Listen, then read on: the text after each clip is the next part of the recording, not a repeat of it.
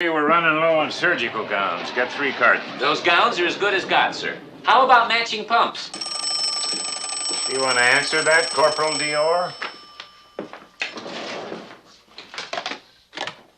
House of Potter. Uh-oh. Yes, sir. Yes, sir. Just a minute, sir. General Torgeson at Logistics and Support, sir. Torgy Porgy. Shows you.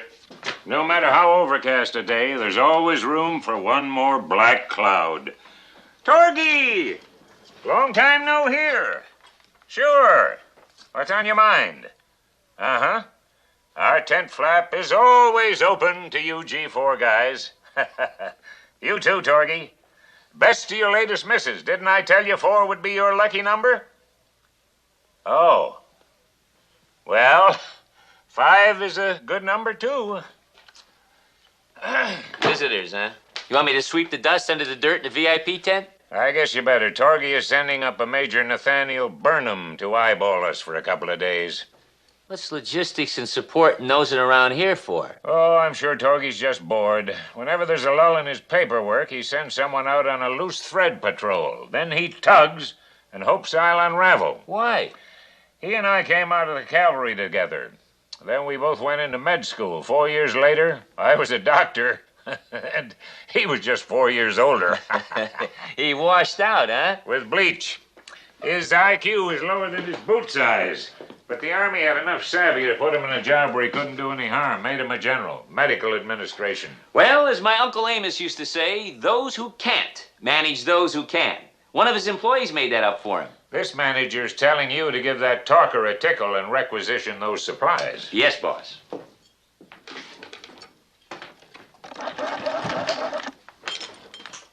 How do, HQ? 4077, Klinger here. We need surgical gowns. What do you mean, no? Our doctors have operations to go to and nothing to wear. Of course this is an emergency. In case you haven't heard, President Truman has declared this whole emergency an emergency. Yeah, I suppose we got enough to last us for a week. What's the holdup? Classified? So, this 3-star G4 is sending Burnham here just to observe. When are they going to declare this war off limits to sightseers? The colonel says there's nothing to worry about. He gets this kind of stuff from General Torgeson all the time. General Edwin Torgeson? You know Torgy Porgy? We're old pen pals. His signature is on the orders that sent me to this place. He's a mash maker. Another shower of my olives. Just a minute, Captain. Are you saying General Torgeson is in charge of putting new MASH units together? Exactly. He's built them all from his own blackened blueprints. This is terrible. I'm sorry. Next time I'll order a Manhattan. No, you don't understand.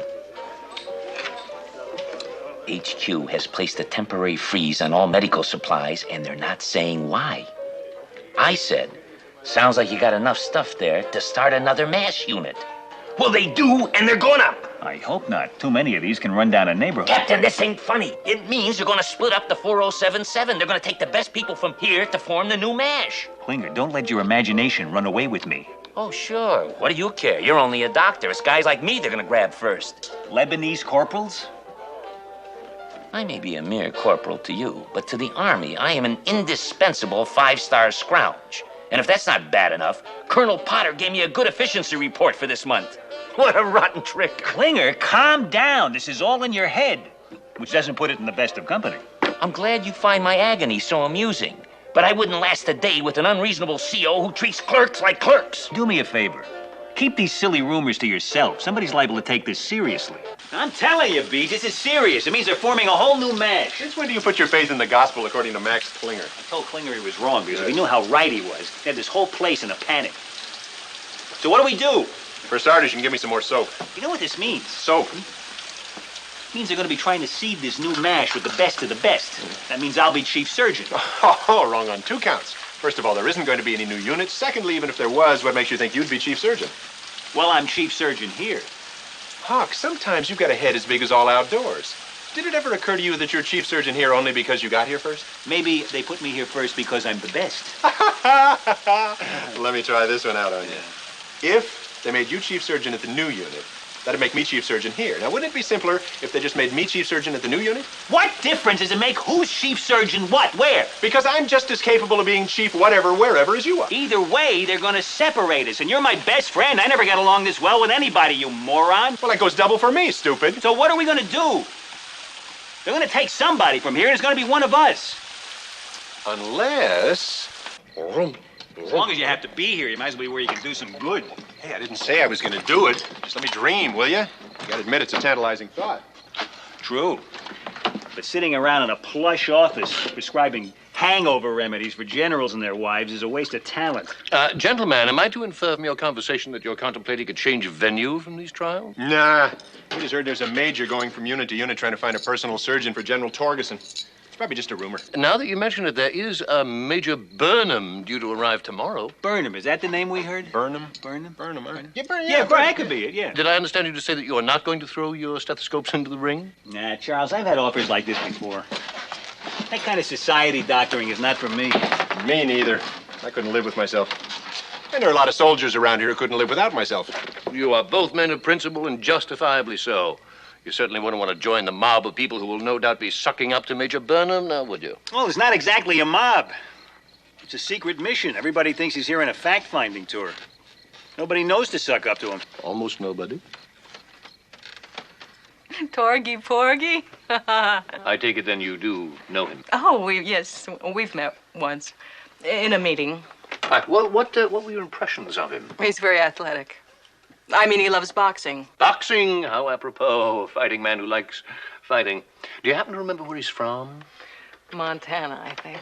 Ah, yes, Montana, big sky country. Why are you so interested in General Torgeson? Oh, I thought it would be nice to gather a little information about him. After all, his aide is coming here tomorrow. General Torgeson is sending somebody here? Yes. Tell me more about Montana. Does it have a city? Charles, I can't talk to you now. I'm very busy. I have to prepare my duty roster. A new MASH? How wonderful.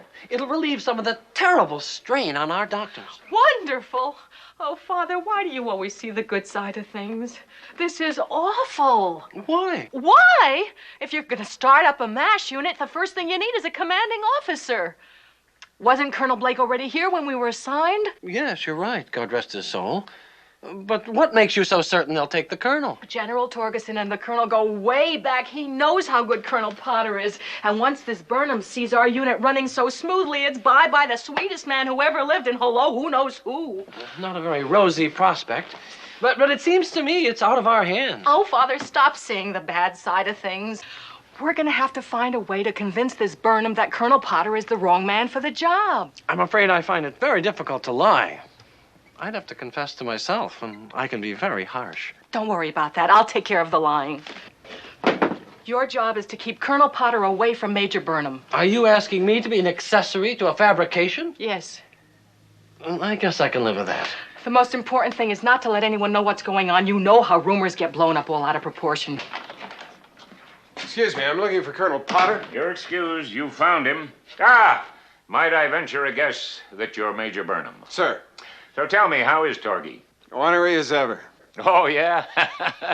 You should have known him when he was still married to Edna, and they called WW2 the Big War. Oh, Colonel, you're awake. Huh? You must be Major Burnham. I'm Major Houlihan. Major? This is Father Mulcahy. Father? We've got the VIP tent all gussied up for you. If it's all right with you, Colonel, I'd rather bunk with your surgeons. I find it's easier to observe when there are other people around. Darn good observation. Come on, all personally. Oh, Colonel Wade, you can't go. I have to talk to you. I'll be back in 2 shakes. I don't think this can wait. Don't worry, Colonel. I'll escort the Major. Thank you. Colonel? Now then, Padre, you've got some sort of burr in your saddle blanket? Not exactly the metaphor I would have chosen, but I do have something on my mind. You see, I have been paid a great honor by the Philadelphia Archdiocese. Ah, hometown Padre makes good kind of thing? It's more like being enshrined in a priest's hall of fame. They want to hang my portrait along their ecclesiastical esplanade. Well, congrats. Sounds almighty impressive. Yes, it is a bit overwhelming. And I want you to paint the official portrait. I'd be honored. I'll get to it next week. Oh, no, sir. No, it can't wait. This must be done with God's speed. Now, here's how I see it. Me, with the clouds in the background and heavenly light streaming down from above. You want me to fix it so you wink when folks walk by? And as somebody who has known Colonel Potter since the day he got here, I can tell you he's a wonderful man. Yes, I know. He certainly has an excellent reputation. Sharp as a tack. And you caught him at the perfect time, just after his morning nap. Colonel Potter isn't exactly a youngster anymore. All right. Not like some of those young officers always coming up with innovations, always changing things. He's a little old-fashioned, huh? Absolutely not. He's cautious, thorough. When he makes a decision, you can trust it. Why, only last month he gave us the go-ahead to fight infection with penicillin. Slim, slam, alabam, blessings, Major. And Majorette? What is this? 1,000 pardons. In my religion, this is the month of the sacred bull. I wish to invite you to my midnight prayer service in the minefields. Is this man on our side? Corporal Klinger, Maxwell Q, US 195-71782. It's all right here, Sergeant. Klinger, get out of our way. That's an order! Think about it, Majors. The minefield service is an uplifting experience. Klinger! May your life be free of snakes. Shaboom be with you. What's with him? Oh, don't pay any attention. He's just a nut trying to get out of the Army. Colonel Potter permits this sort of thing? Well, only since Klinger converted him.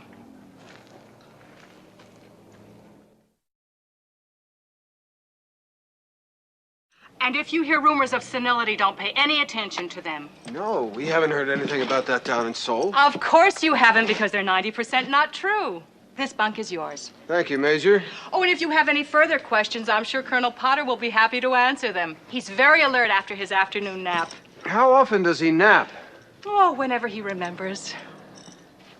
Get him. Okay. You must be Major Burnham. I'm Honeycutt, B.J. Honeycutt, Captain Pierce, and our top dog. Does this mean you're bunking with us? I thought it'd be an interesting experience. I understand you fellas are terrific doctors who don't exactly go by the book. What do you mean? Sure we do. Only our book has pictures of naked people playing volleyball. Oh, and here is someone who needs no introduction. Major Charles Emerson Winchester, Major Burnham.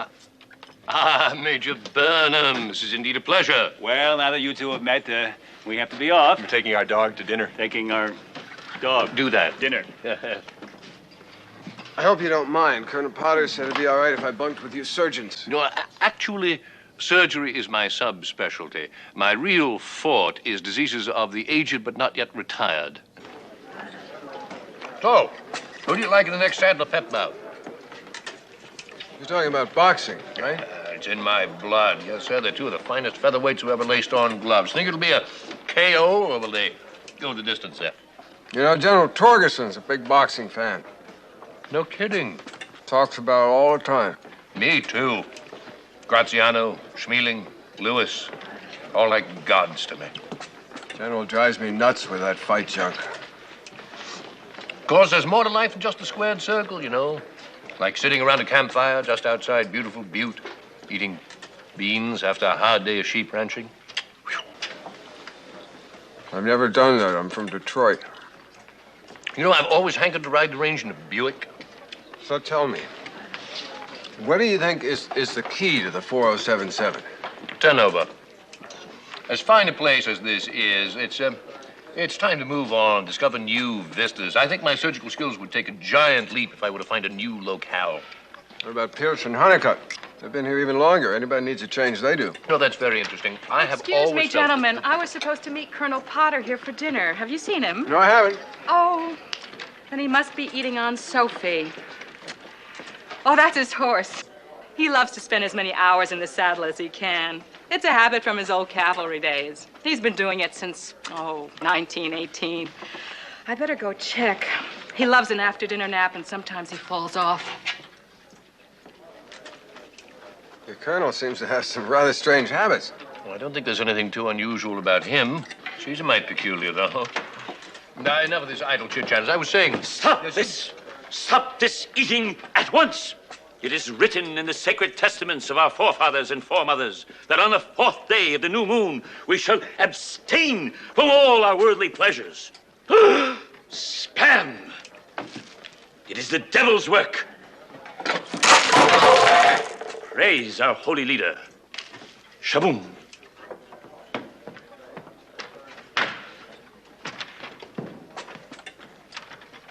Now then, I'm sure General Torgerson would agree that I have been at the fair too long. Let me elucidate. This excuse me, delicious. Don't you just love it when it's rare this way? Yeah. Isn't that the collar that was on the dog? Yeah, pass the pepper, will you? There you go, sure. How can you? You kidding me? Korea dog's a delicacy. When in Rome. Hey, want some? Oh, hey, smell this. Just smell it. Smell that. Padre, I'm coming down with a case of Rembrandt's elbow. What say we knock off for now and toss down a few toddies at the O Club? No. I mean, well, I'm sorry to be such a harsh taskmaster, but they need this painting pretty RQS. Huh? That's Latin for PDQ. 7:38. Major, another drink? Thank you, I'm fine. Then how about a little leftover bow wow chow? Captain, please. We put it in a doggy bag. Docs, a patient just came in. He's in real bad shape. They need you in pre-op. Crying out loud. No, this is what I've been waiting for. Do you mind if I tag along? Yeah, you might as well. Don't you just hate it when they come right in the middle of happy hour?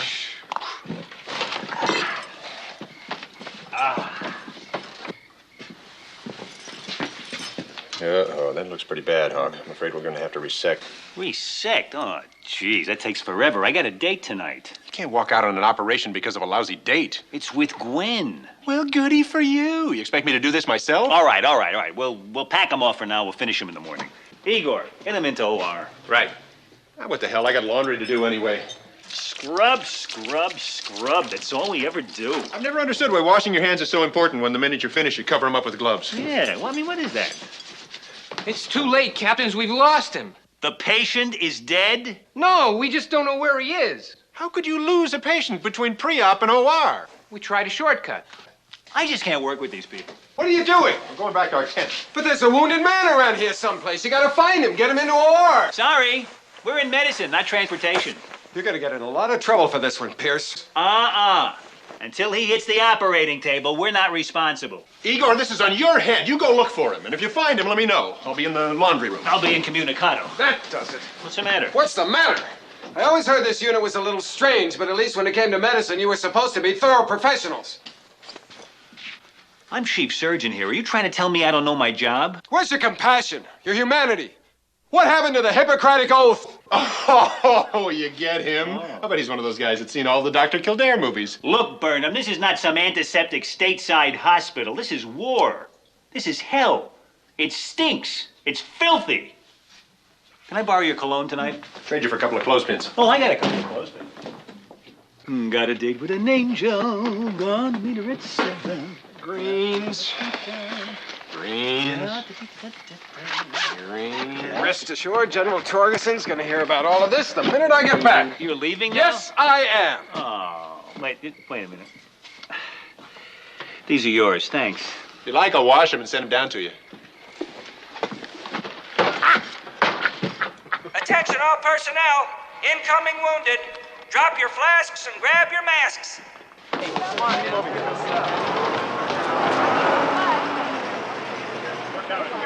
Sorry, Major, you have to move your jeep. You have to use this area for triage. Okay. Come on. Hey, didn't I just see... Number clamps handy, please. Give me some more retraction and pack it down with lap sponges. We suction in the pericardium. Boy, just when you think everything's going your way, the war drops in without knocking. Hey, we can hold our heads high. We gave it our worst. If you'd care to step over here, Major, this very difficult diagnosis. The patient's wounds are not at all what they first appear to be. Seems to be a lot of that going around. Coker clamp. Play your cards right, you could be head nurse at a new MASH unit. The chief surgeon and I are on the same name basis. Let's get this bleeding stopped pronto. Klinger, another unit. Way ahead of you, sir. I already got it. The old man really runs a tight ship, doesn't he? As long as he has a week to rest up, he's great one day in a row. But you don't understand. Burnham saw how perfect I was in there. Maybe I could plead temporary sanity. Oh, Klinger, you're crazy. They don't want you for a new match. They want the colonel. Take him, leave him. What's the difference? Without the colonel, I'm just another religious fanatic. Let me say this one last time, right before I say goodbye. It's me who'll be going. They need a chief surgeon. Unless they want the best surgeon, in which case it's me who's going. Your humility is just one of the things I'm going to miss about you. Who cares? The point is they're breaking us up and we'll never be the same again. Yeah, I know. I just told Colonel Potter and Major Winchester, and I want to tell the rest of you. You're terrific. You can all be proud of yourself. Oh, go suck a combat boot. Margaret. Took the boot right out of my mouth. I'm not going anywhere, and neither is he, sir. I admire your loyalty, son. Now, if I just knew what you were talking about. Excuse me, Colonel. I think some of your people may have misconstrued what I'm doing here. Maybe I'd better explain. Yes, Major. Please do. Plain and simply, we're forming a new MASH. To serve our needs closer to the front. I've always heard this organization march to a different drummer. Well, I suppose you gotta be crackers not to go nuts in a pressure cooker like this. We had all the suspense we need in OR. Why don't you drop the other shoe already and get it over with? The other shoe? The one you're going to use to kick somebody out of here into the new MASH. What? You're crazier than I thought. We never split up the 4077. It's hard enough in this army to find something that works. Once you do, you don't mess with it. Pulling somebody out of here be like breaking up the Yankees. Shaboom be praised! Now, you see? Now, let this be a lesson to you. Never believe idle gossip. Especially when it comes from an idle gossip. I was only here observing how this organization runs so we could copy it, not rip it apart. Well, that certainly will be a comfort to my disciples. Colonel, aren't you relieved to find out the real reason he was here? Hell, I knew it all along, but I wasn't about to let you folks in on it. First thing you know, you'd all go off half-cocked and act like a bunch of jackasses. Oh, sir, I'm surprised at you. I thought I...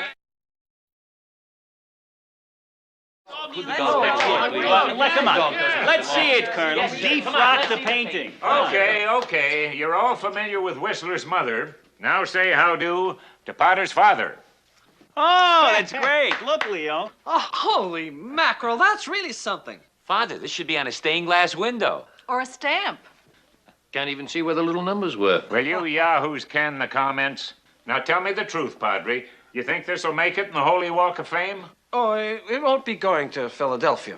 Oh. The Archdiocese decided an esplanade would be a bit too showy, so they're going with wallet-sized photos on a bulletin board. I understand perfectly, Padre. Being a pinup ain't proper for a priest. Actually, it's all for the better, Colonel, because you worked so hard on it. I'd like you to keep it. Why, thank you, Padre.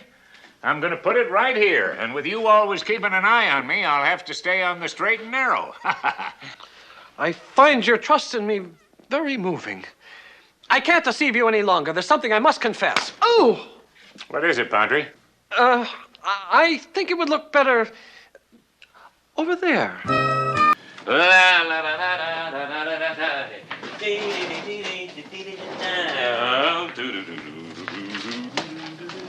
Hey, Klinger, here's the mail. Great, just set it down. Thank you. Nice to see you. Hey, Speedball, why the bumps rush? Big poker game tomorrow. I want to clean up here so I can clean up there.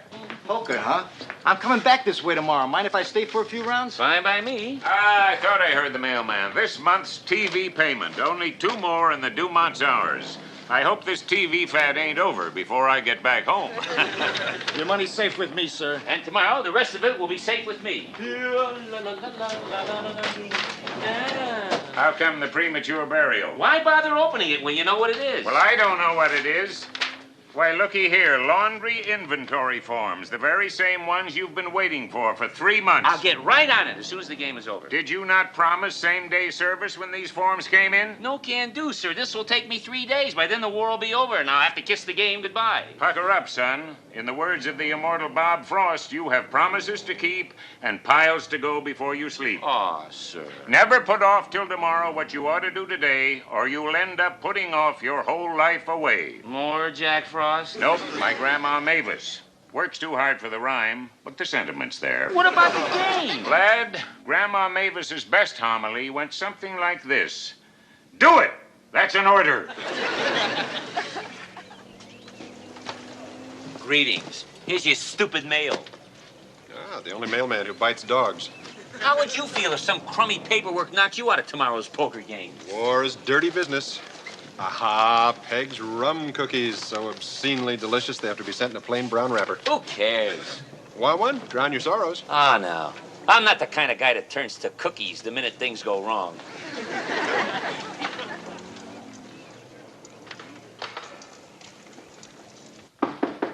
The Colonel will see you now. Ah, sir, I didn't realize it was wash day at the OK Corral. Yeah, this seat's getting cracked and dried, and so is mine. Well, lad, I see you've climbed out of the dumps. Oh, yes, sir. And here's a notice from I-Court. It's got your name on it. Read it to me. My hands have saddle sores. It's a delinquency report. It seems that one Sherman T. Potter is charged with reckless driving in Kimpo. Suffering buffalo chips. And I thought I had sweet-talked that stupid lummox.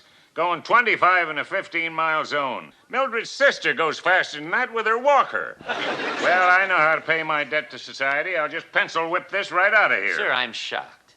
Every time before this, you sent the violators off to a day of remedial driving school. Don't you have a grindstone to put your nose to? Luckily for you, there's a class tomorrow.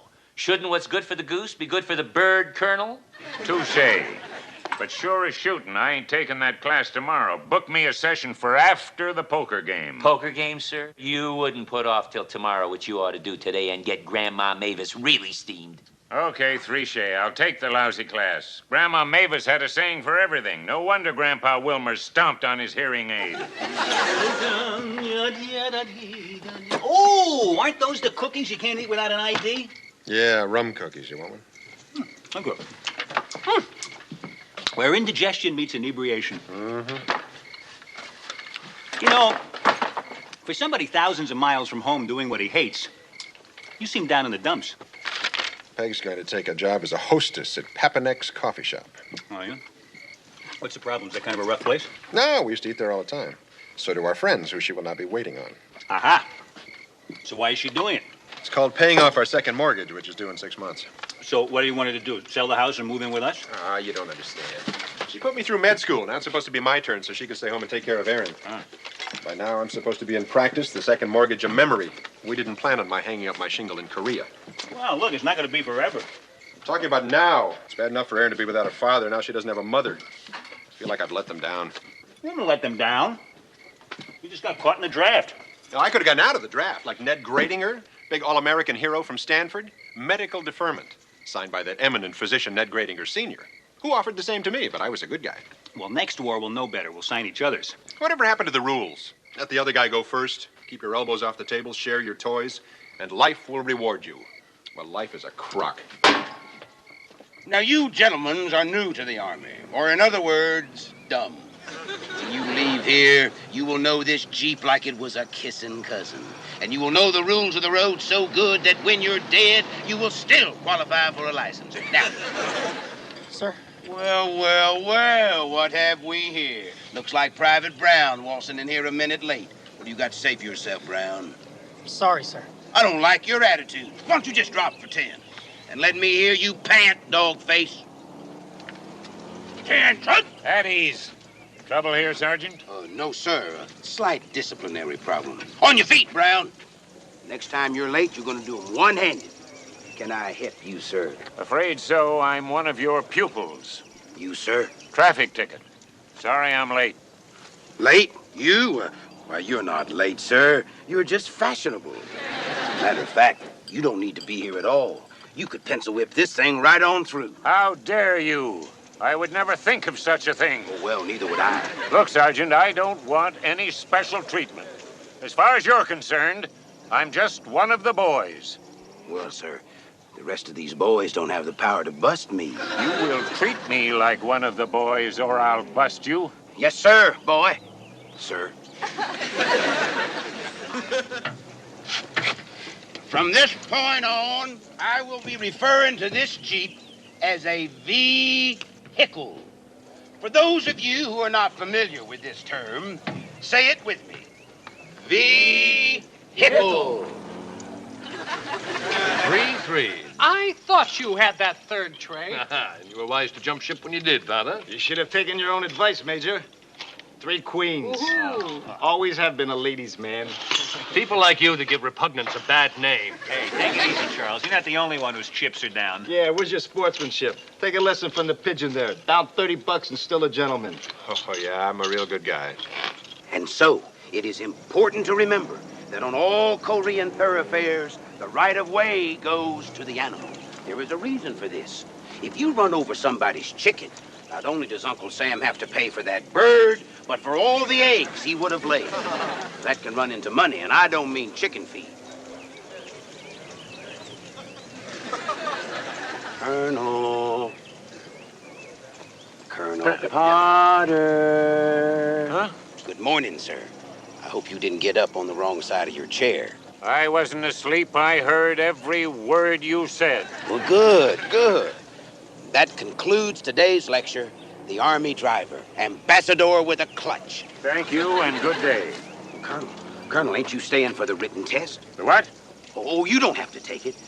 A man that's been around the block as much as you must have done it a few times in a car.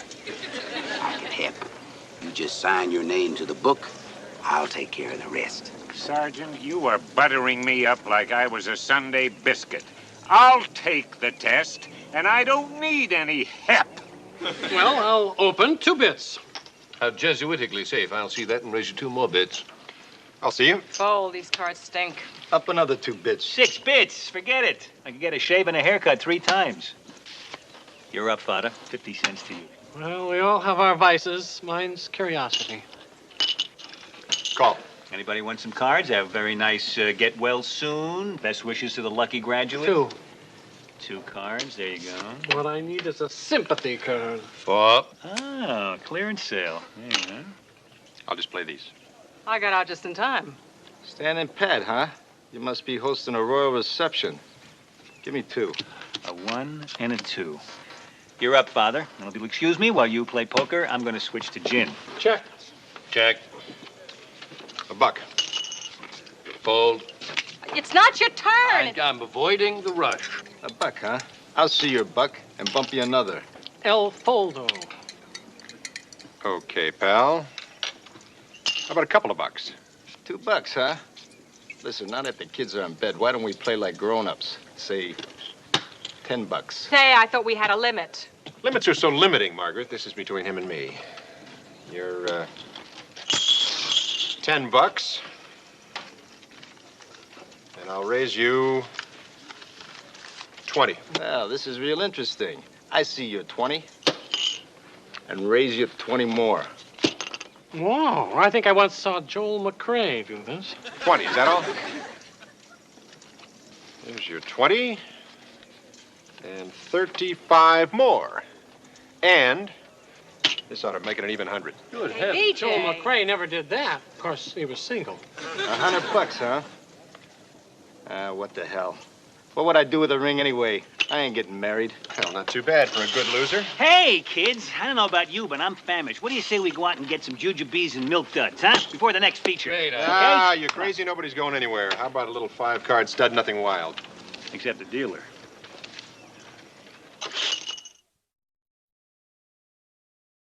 All right, listen up, scum. And, sir, while I recite your test scores.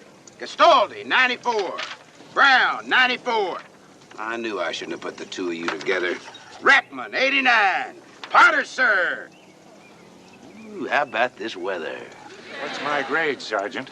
Sir, I'm of the opinion that people put far too much emphasis on grades. What is my grade, Sergeant, or did someone say corporal? 26, sir. 26 out of 100? Oh, no. 26 out of 30. I only graded you on the material that you was awake for. Well, I've had about enough of this falderall. Oh, I understand, sir. There is no place in this man's army for falderall. Potter, 92. 86 at 92.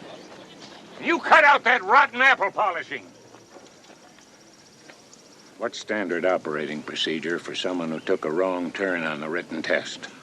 Well, what's standard, sir, is that nobody ever flunked before.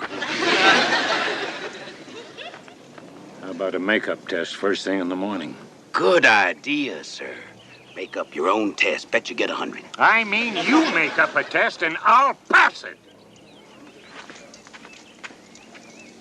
Some people just can't be bought. Well, how was school, Colonel Hot Rod? How'd you like to get yourself whooped by the class bully? Just a little lower rank humor, sir. Here are the laundry inventories. I burned the midnight oil at both ends. Now, if I could have your signature, I'll be shuffling off to the poker game. Freeze those feet. You're not going anywhere, doughboy. You're going to bring your fanny into my tent and help me prepare for a makeup test. Sir, it's been a long time since I wore makeup. A makeup driver's test, doofus. I flunked the first go-round. Flunked? Nobody's ever done that before, sir. Even Peanut Brain Hoffman squeaked through. Since you find Hot Rod's problem so funny, I'm going to give you a chance to laugh the night away. You're going to be my tutor. But, sir, the poker game. Afraid you just folded, Ace. I'll raise you $10. If that's too rich for your blood, Margaret, just drop out. Yeah, nothing personal, Major. This is a man's game. How would you like the next hand to be in your face? I can't remember when I've had such a pleasant evening. First time I've ever seen poker played with the Marquis of Queensbury rules. Hey, Beach, we're all out of pretzels. What do you say we break out Peg's 100-proof cookies? What do you say we don't? Yeah, well, I guess it's just as well. I think we've all had enough. Come on, Margaret, you in or out? I think you're full of bluff. Cost you $10 to find out. Sold. I'll pay to see that show. Read 'em and weep. 3 aces, which makes you 2 fools. Don't you just love a sore winner? That's it. I've had enough fun for tonight. Okay, what about a little 7-card stud for the rest of us? Yeah. No, thanks. I'm going to try and find something a little more civilized, like a cockfight. Hawk, you in? No, I don't think so, Beach. It's getting kind of late. Besides, I want to get over to Rosie's. The Marines are having a bottle eating contest. Suit yourself. How about you, Father? If you don't mind, deal me out before I have to float a loan from the poor box. Aha, Verbanik, that leaves you and me together again. I don't think so, Doc. Your luck is running a little wild for me. Wasn't luck, courier boy. I beat the pouch off you. I'm down 150 zops. But don't worry, I'll be ready for your next payday. Hey, I'll cover you. Come on. I thought we had a game here. Hey, Beach, the game's over. Sure. Everybody wants to play when it's lovable Doc Honeycutt, gentleman loser. But let me win a few. It's like I committed a crime. Here, cash me in, Father. What has gotten into you? You don't like it? Tough. Go play with somebody else, Doc. I don't believe in gambling. I sink all my spare dough into chain letters. Cheers. Well, fella Cruz, the Army done taught us how to drive. Now they're gonna teach us how to drink. 3 beers, Mac. Hey, Brown, they got a pinball machine. All right. Jeez, they're getting younger every day. I don't know what's greener, them or their uniforms. Here, I'll deliver those. Okay, but if you get a tip, it's mine. Here you go, fellas. 3 beers. Say, this is some officers club. You guys even serve here, huh? Not too bad, Private. After you finish, how about giving me a chance to beat you? Well, sure thing, but I'll tell you, I think I got this machine's number. Not too bad with numbers myself. How's the dollar sound? What? Just make the game a little more interesting. Well, I thought you said this is a friendly game. Whatever you say, friend. I'll spot you 1,000 points. Why not? I always wanted officer's pay. All right. Who's going to play winner? What do you do when you come to a school bus that's stopped and has its lights flashing? You stop and you tell the kids to watch out for mines at the crosswalk. What is the point of all this anyway? A fat lot of good it's going to do me in a war zone. It's the only manual the Army has. One test fits all. Oh, sure. Same logic applies to skivvies. Next question. What is the minimum braking distance for a vehicle traveling at 25 miles per hour? Wait a minute! I know this. Don't help me. Don't help me. Oh, I give up to these stupid numbers. What is it? 61.4 feet! I'll give you half credit for that one, sir. Can we stop now? We've been going at this all night. No, ask me another question. And if it's got a number in it, yours is up. Suppose you're traveling TEN miles an hour.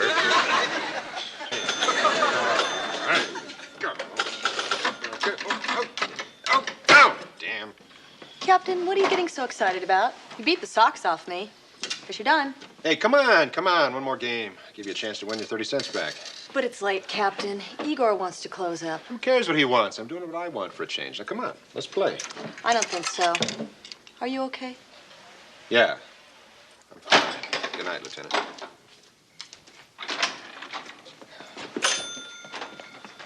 Doc, I'm glad to see you. There's something a little weird about him. He keeps trying to take everybody for nickels. You think you can get him out of here? I want to close up. Yeah, you go ahead. I'll do it. Excuse me. I'm looking for B.J. Honeycutt. Don't bother me. I'm busy. Maybe you know him. About 6'4", mustache, big chip on his shoulder. Oh, yeah. Big, sweet lug. What's wrong with that? Next, you'll be telling me the meek shall inherit the earth. What are you doing? You can't pay the mortgage with nickels. So what? What's with you, Honeycutt? Now I hear you're hustling pinball? You didn't come in to play. Leave me alone. And that goes for you, too. Well, pardon us for living, Diamond Jim. Look, come on. Come on. Hey, listen. Bad news from home is no excuse to start acting like public enemy number one. Bad news? What is it? It's none of your business. Is it serious? Well, he thinks it is. And you don't? No, excuse me. But if we're talking about disasters, I don't think Peg's taking a job is right up there with the San Francisco earthquake. Why don't you get on the PA and tell the whole camp about Wait a minute. Is that the problem? Your wife got a job? Look, please, believe me. We're on your side. We understand. I don't. All of this is because a woman had to go to work? Why don't you just butt out? Why doesn't everybody just butt the hell out? I'd love to. I'd love to butt my way all the way back to Maine. But we're all stuck here, just like you. No, you're not. Nobody is stuck here just like me. Certainly not you. While you're here, all of you is here. While I'm here, most of me is back home. When this little police action is over, you can go back to Crabapple Cove and pick up your life just by picking up your date book. And you, tell me you know what it feels like to have your child grow up without parents. Tell me you know what it feels like even to have a child. How dare you? How dare you stand there acting like your brand of suffering is worse than anybody else's? Well, I guess that's the only way you can justify treating the rest of us like dirt. Well, let me tell you something, Sad Sack. If the worst thing that's happened to you is that your pretty little wife has to help pay the bills for a while, don't come to me for sympathy. Maybe you do have the most to lose, but that's only because you got the most. Well, go on. It's your turn. I don't think I can improve on that. All right, listen up while I read the following grades. Rizzo, I'm in a class by myself. Let's get to it. Congratulations, Colonel. You get to keep your license and I get to keep my stripes. 98! Hot diggity, Emma Potter didn't raise no fools. Thank you, Sergeant. You've been a font of automotive info. I'll be going now. Colonel, nobody'd like that better than I would, but there is the slight matter of the road test. Road test? I mean, ride test.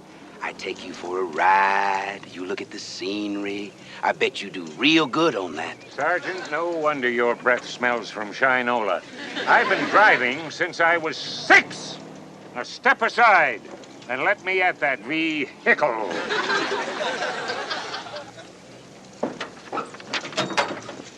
Waiter, there's a clerk in these eggs. I knew sooner or later this food would take a life. Klinger, what do you think you're doing? Are you all right? Klinger, come on, get up. Do yourself a favor. Go have breakfast in bed. Oh, sorry, I was busy teaching night school all night. Yeah, but for the grace of God goes my dog. Get out, you man! You dunce!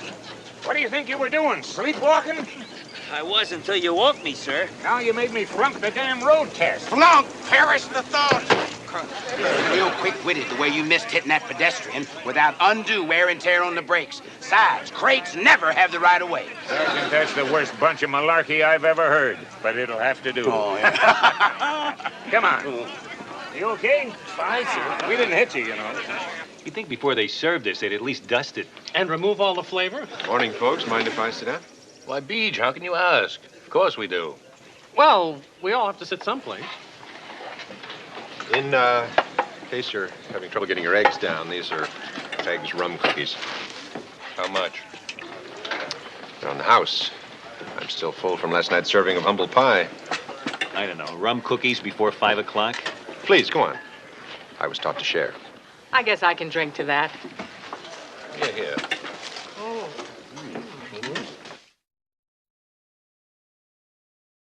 Boy, you never give up with the cards, do you, Slim? Nah. Once you've been bitten by the gambling bug, you're hooked for life. You got any sixes? Go fish. I got it, I win! You owe me 10. 1, 2. It's a good thing I got a wife who works in a coffee shop. These mints don't grow on trees, you know. Okay, high-ranking pigeons, it's poker time. The colonel's getting ready to leave, and while the top cat's away, the clerk wants to play. No, sorry, Klinger. Go fish and chips, don't mix. Ah, great. Ought to stick to pool. Yeah, but it's so hard to shuffle those balls. Hey, what do you mean the colonel's getting ready to leave? Where's he going? He's giving a lecture at the 8063rd. Giddy up, Sophie, and no speeding.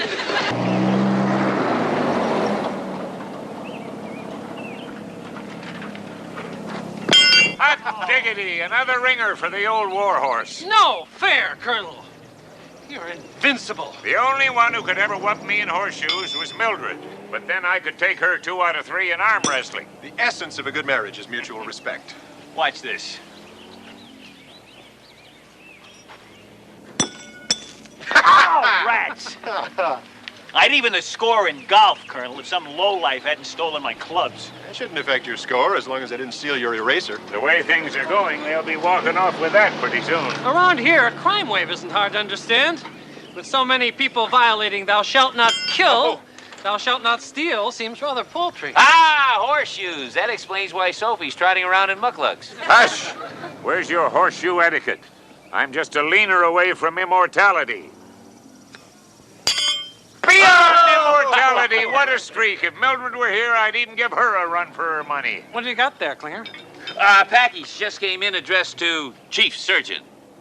Dr. Chief Surgeon to you. Who's it from, Chief? Central Avenue Photo, Highland Park, Illinois. Maybe it's those missing reels from David and Sheba's Bad. Oh, goody, the underwater scenes. Here, you read, I'll open. Dear sir, I am sending this gift as a small token of my gratitude to the surgeon who saved my boy Gregor. Please see that he gets this, along with my everlasting thanks. Sincerely yours, Dimitri Papadopoulos. Hey, look at this. It's a Polaroid. Looks like a camera to me. It is. The new kind that develops its own picture. I've heard of those. It's like it's got its own little drugstore inside. Papadopoulos. Gregor Papadopoulos. This is fantastic. You can get a finished picture in 60 seconds. Well, wonders never cease. I still can't get used to indoor plumbing. How am I ever going to thank him? Hey, get your hands off my camera. What do you mean your camera? I did the bowel resection on Papadopoulos. I remember kidding him about his long name. I said he needed 2 dog tags. Oh, yeah? Well, if your memory is so perfect, how come you don't remember that I'm the one who patched the artery in his leg? Just look at you. A boy's father makes a gesture of thanks, and this is the thanks he gets? Sounds to me like that camera belongs to the both of you. If you can't buy that, I'll be glad to cut it in half.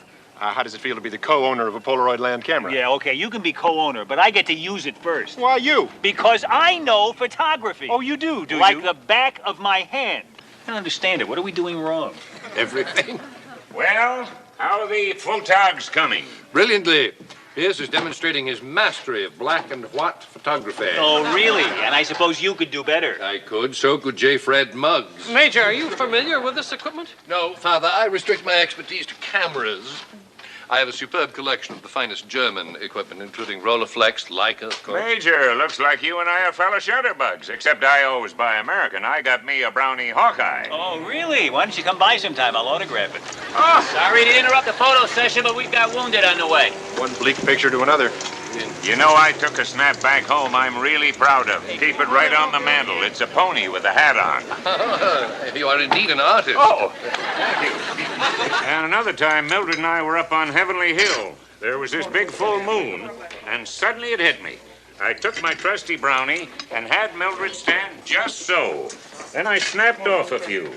And doggone if they don't look just like Mildred's holding herself a handful of moon. Old soldiers never die. They just keep taking snapshots. I'm a little concerned about all the dirt we're flushing out of this wound. How's the penicillin holding up? Well, what hasn't been stolen is locked up in the storeroom. Damn thieves, they won't get their hands on this batch if I have to sleep with it under my pillow. If you need more penicillin, I'll get it for you. Yes, do. We'll be needing it. Your RX is my command. Hey, Hawk. This looks more like Father Mulcahy than your photograph does. Honeycutt. Don't forget they laughed at Edison. They laughed at Fulton. They laughed at Pinky Lee. You just wait. It'll be only minutes before I master 60-second photography. 60-second photography? Does Pierce have a Polaroid? Yeah, well, can you imagine someone getting excited about a thing like that? A Polaroid? Come on, everybody. Tall ones in the back. No, not you. You're too short. Stay where you are. Get in the second row, Roy. And leave some space in the middle there for me. This first one's going stateside to my mother. Klinger, do that one more time and you'll never see those fingers again. Okay, come on now, everybody. Be happy! If you tell me to say cheese, I will tell you goodbye. Quiet, Winchester. And tilt your head a little. We're getting some glare off it. Major, I don't think you're doing this right. It ought to be boy, girl, boy, girl. Please, Colonel, please let me handle this. Pierce, Honeycutt, I've done my part. Now get out here with your camera. How could would you just go to OR and leave it on the bed? How could I leave something you wouldn't let me get my hands on? Out of spite. All right, boys, what's all the tumult? The camera's been stolen. What? Probably a representative of the Society for the Prevention of Cruelty to Film. What do you mean stolen? Our resident klepto must have lifted it while we were in OR. Damn it, I've had it up to my eyebrows with all this filching. And I'm gonna do something about this before we all end up standing around their skivvies. Easy, Colonel. A camera can be replaced, but blood pressure is forever. The hell with my blood pressure. Klinger! Yes, sir. Fill out that stolen goods report on the camera. Klinger. Yo! The thief was nice enough to leave the box. Come on, I'll give you the serial number from him. You MPs, come with me. I'm gonna get you boys some reinforcements. This thing is bigger than both of you. You imbecile! How could you do this to my mother?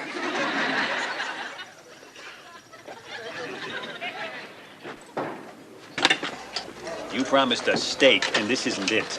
I know, because I carry a picture of steak in my wallet with the rest of my loved ones. I made that promise before someone raided the icebox. He stole all the beef and just left the cold cuts. At least we know now we're not dealing with an idiot. What's the war coming to?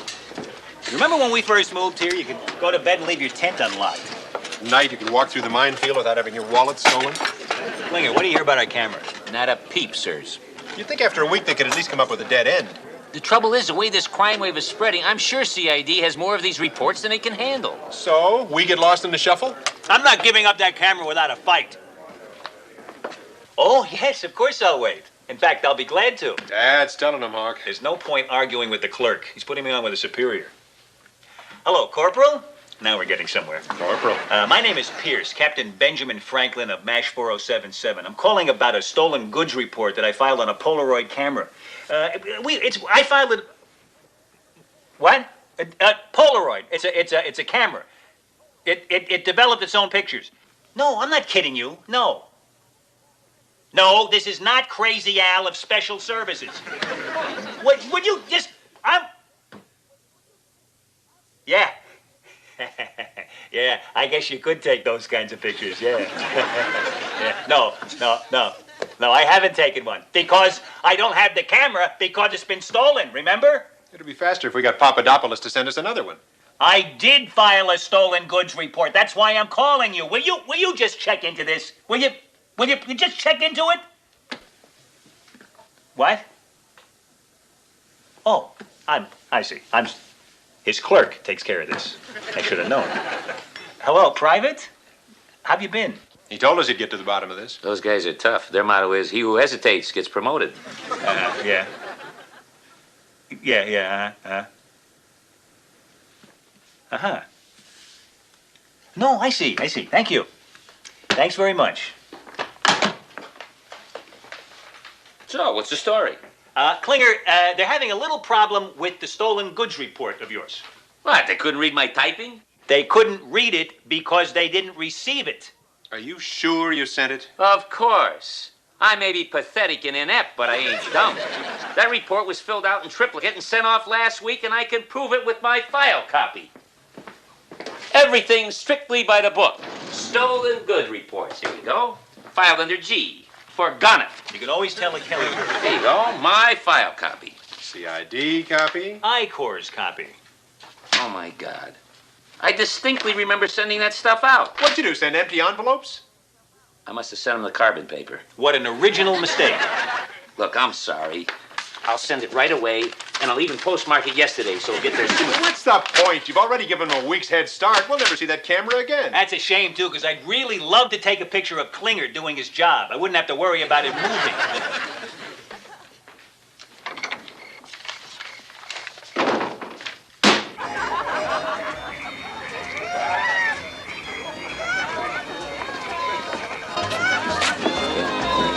Rosie? I need a favor. Sure, Klinger. Anything for a friend. With $5. I just want to talk. Okay, $3. Where would a guy sell stolen merchandise around here? You targeted the wrong person. I'm strictly legit. Okay, $5.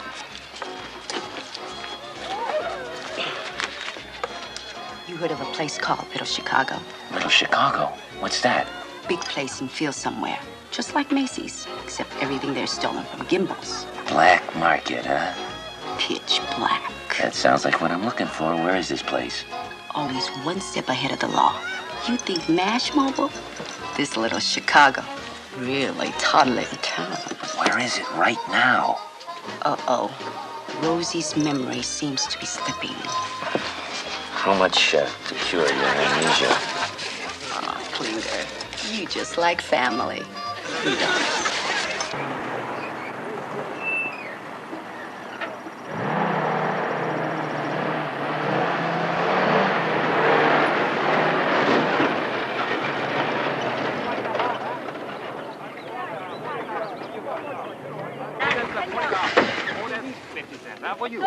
Very good. It's good. Very good. Very good. Just come in last week.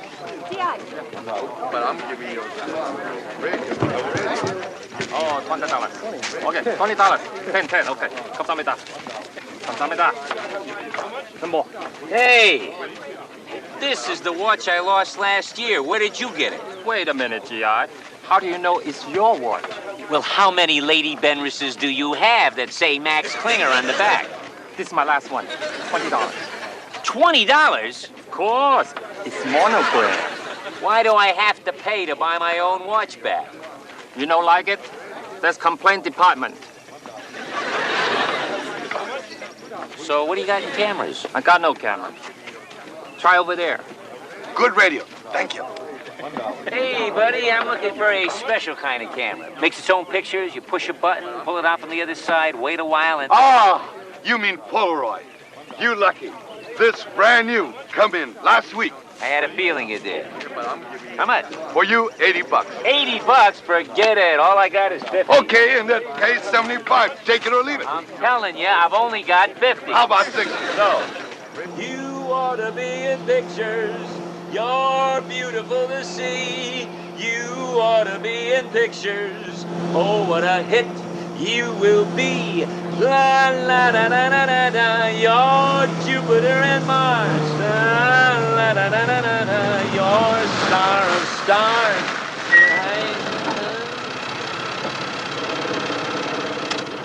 hi, fellas. What's going on? Just setting up a routine check of all vehicles, Corporal. Well, check away. Always willing to cooperate with men carrying automatic weapons.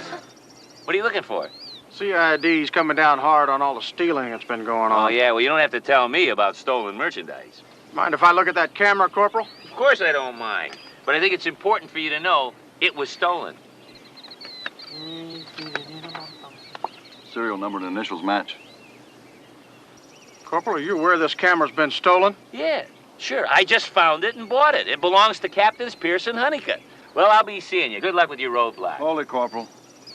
Says here it belongs to Captains Pierce and Honeycutt. You acquainted with these men? Acquainted? I'm the one who filed the report. I'm Max Klinger. We got a report filed here by a Corporal Maxwell Q. Klinger. I am Maxwell Q. Klinger. Boy, you got an answer for everything, don't you, fella? All right, step out of the Jeep, soldier. Oh.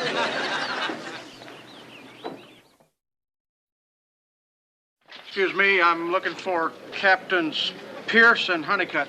I'm Honeycutt. He's Pierce. You must be an MP. You have an arresting smile. Is this yours? Baby! Oh, come to Papa. I thought I'd never gaze into that little lens again. You're absolutely positive this is your camera? Absolutely. Positively. Look, it even has my BFP scratched right there. Wait a minute. You scratched your initials in our camera? An old habit from summer camp, where initials are 9/10 of the law. Well, don't forget that 5/10 of the camera is mine. You signed this statement identifying this as the item that you reported stolen. You bet. Scratch my initials in that, too, if you don't mind. New camp habit. Fine work, young man. Glad to see somebody's on the beam. We like to work fast, sir. See, we got the report yesterday, so you get the camera back today. Which means we would have gotten it a week ago if Klinger had filed that report when he should have. Is that so? Could you initial this here, too, please? I'd be happy to. Where was the camera finally found? In a box of stolen Cracker Jacks? Did you nab the desperado? Yes, sir. We caught him red-handed. Boy, I'd like to get my hands on that guy. Who was the creep, anyway? Corporal Maxwell Klinger. What are you kidding? Son, your helmet must be a little snug. Klinger's our company clerk. See, in order to have a criminal mentality, one must first have a mentality. Sergeant, as commander of this unit, I can attest Klinger would never take that camera. Yeah, well, neighbors are always surprised. We caught him dead to rights. Hey, we're two of his best buddies. That may be. But you're also going to be two of our best witnesses. This is pretty damning evidence. Wait hold a second. Sorry, Captain, you got a problem? You talk to CID. And so I took the MPs back to the spot where Little Chicago was, and the whole place was gone. Not a trace. It's been a long day for you, hasn't it, son? How would you like to spend 3 hours in a detention cell with a drunken Mongolian pickpocket? He tried to lift my wallet 4 times. 5. Well, we all wanted you to know you've got our complete support. Does that include the witnesses for the prosecution? Hey, wait a second. All we did was tell him it was our camera. You also told them that I held back the stolen goods report for a week. We wouldn't have said anything at all if we'd known you were the one who stole it. Well, you know what I mean. You guys are going to be wonderful on the stand. Why don't we just call the firing squad now and avoid the rush? I lay out $60 trying to help my friends, and this is the thanks I get. Come on, we're not Come ungrateful. on, Don't Mac. give me You know that we'd stuff. have never said anything to get you in trouble on purpose. Now, everybody calm down and let grayer heads prevail. Let's look at the facts. Before the Army gets involved in a court-martial, there's got to be an investigation. Why? Colonel, I'm like a son to you, aren't I? The Lebanese lad I never had. And you know I'd never lie to you if the chips were really down. I'd bet my carcass on it. Then believe me, sir, I didn't steal anything. There. Now you don't have to investigate me. I wish it were up to me, son, but the Army's got its own way of doing things. That's why they've assigned an independent, impartial investigator. A total stranger? Someone who's never broken bread with me, never basked in the warmth of my smile? Klinger, put down the shovel. You're innocent. This investigator will find out he's on a wild goose chase. Oh, yeah? With my luck, he'll be some weenie guy who's just itching for a chance to get even for the lousy hand life dealt him, who resents swarthy men of action. Excuse me, sir. My wild goose is cooked.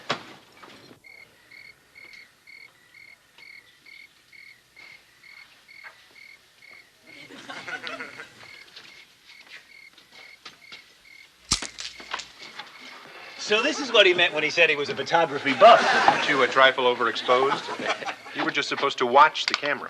Gentlemen, I thought this would be the perfect opportunity to bring my passport up to date. See, in mere seconds, I will show you the proper use of this toy. Forget it, Marlena. I'm really not in the mood. I was before, but I'm certainly not now. I take it things are not looking up for our thief of Baghdad? Oh, he'll be fine as long as he doesn't find out where the colonel hid his razor. One can hardly blame Klinger. Even the most inept investigator's going to stumble on the shadowy career of our dead-end kid cum laude. He's right, you know. The only reason the Army let him in was because prison turned him down. Well, what are we supposed to do? Toss a blanket over him until the investigator leaves? While you gentlemen ponder the next chapter of Crime and Punishment, I will show you a magnificent portrait of... your better half. Here.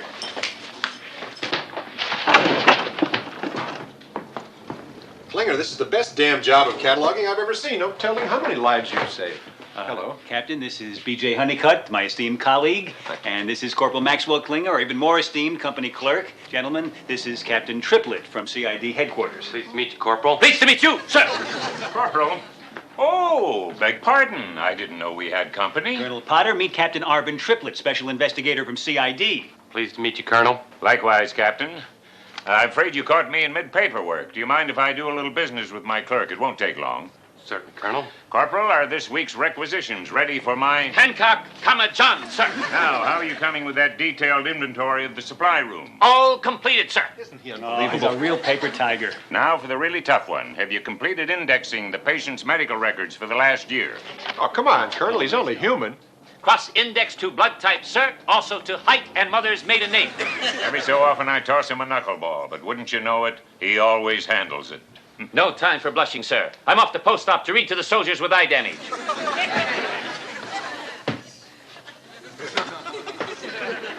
Well, thanks to Klinger, the rest of my day is free. Now, what can I do you for, Captain? Oh, if you don't mind, Colonel, I think I'd like to go to my tent and unpack my things. Of course. If Klinger hasn't beaten me to it. Uh-huh. And then Klinger said to me, "It's not the quantity of souls in your parish, but the quantity of souls in your parish that don't perish." Yeah. I've never forgotten that, Captain. How could anyone forget that, Father? I know I can't. Can you?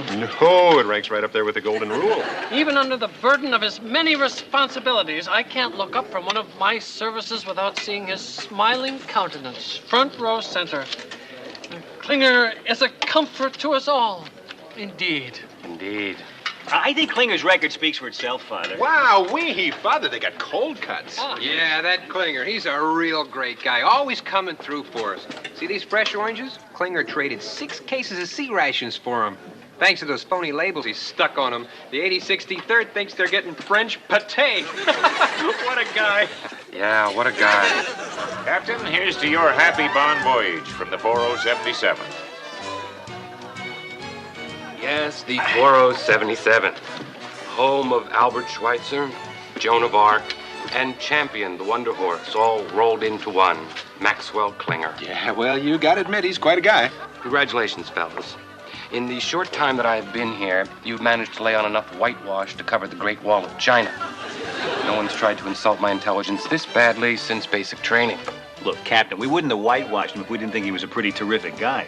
Maybe we overdid it a little, but it's only because we care about him. You can't be with someone day and night for months without learning something about his character. Down to my bones. I know that boy did not swipe the camera. Relax. Klinger's off the hook. Huh? What do you mean he's off the hook? I found absolutely no hard evidence that points to Corporal Klinger's guilt. Oh, no, that's more like Yeah, sure, he's obviously a top-notch finagler and con artist, but the Army's full of those. This calls for another round. Rosie, let's have some drinks on me to the man of the hour, Captain Triplett. Come on out. Oh, by the way, when you see Klinger, give him a message for me. Tell him the heat is on. CID is investigating stolen goods, so this bad time to sell anything in Little Chicago. Okay, I get the drinks now. No, not for me. I've just gone back to work. Max, it's moments like this when I wish I were still a buck private digging a trench at Vimy Ridge. Just lay it on the line, Colonel. Son, the official recommendation from Captain Triplett is that within the next few days you be brought up on charges for a special court-martial. Court-martial? What'll they do to me if I'm found guilty? They'll probably give you 6 months. Well, at least the stockade is safer than this place. North Koreans aren't going to waste their expensive mortar rounds in a license plate factory. I don't want to throw a dart in that optimistic balloon of yours, but that's 6 months at hard labor. Hard labor. I don't like either of those words. Gets worse, lad. They'll slap you with a dishonorable discharge, which means no vet benefits. Plus, a civilian criminal record dogging you for the rest of your life.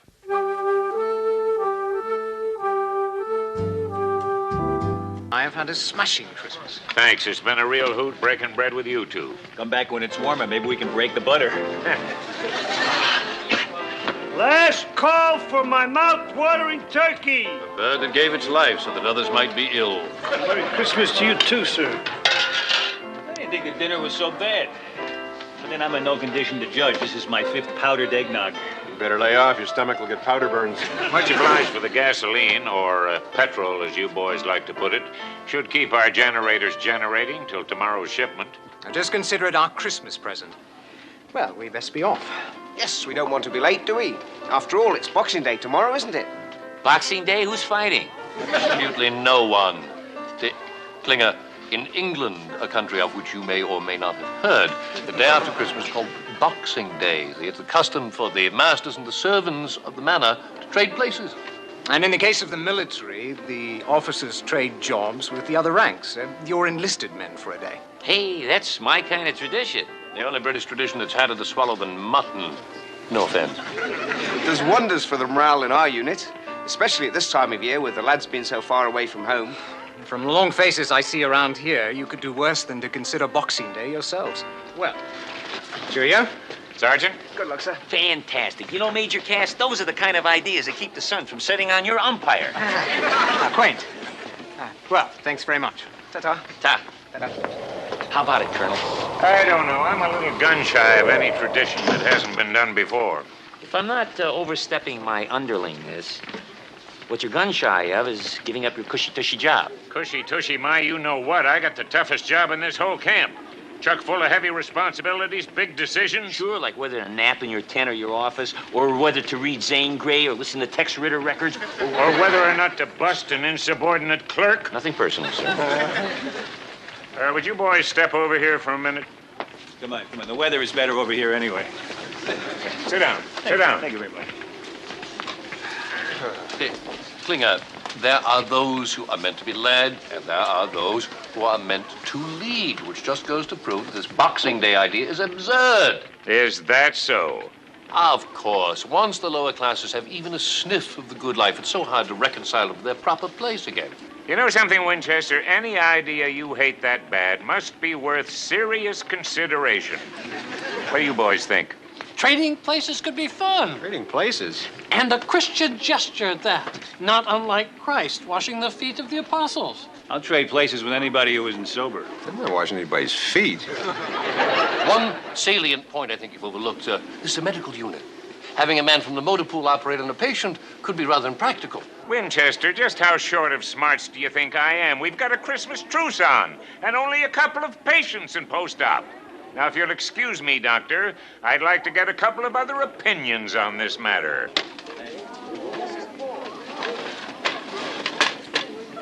Folks, if you can hear me over the sound of your chattering teeth, I'd like to ask you a question. It seems that the British have a tradition whereon the officers trade places with the enlisted personnel. Now, how would you feel if we did the very same thing at the 4077? All opposed? Thank you. Well, folks, I think you've made your feelings pretty clear to me. And so, as my Christmas present to you, we'll do it. As my last official act as temporarily deposed monarch, I hereby appoint Maxwell Q. Klinger as official reigning CO of the 4077, which makes me your new company clerk.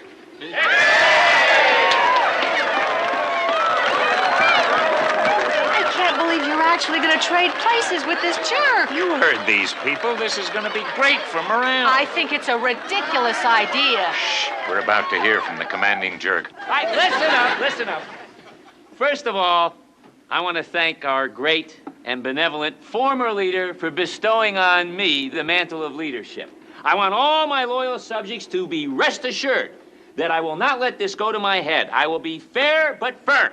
Enough of this baloney, so who's trading with who? Well, Colonel Corporal? I'll have that decision first thing in the morning. Hey, I've made my first decision. Merry Boxing Day, rise and shiver.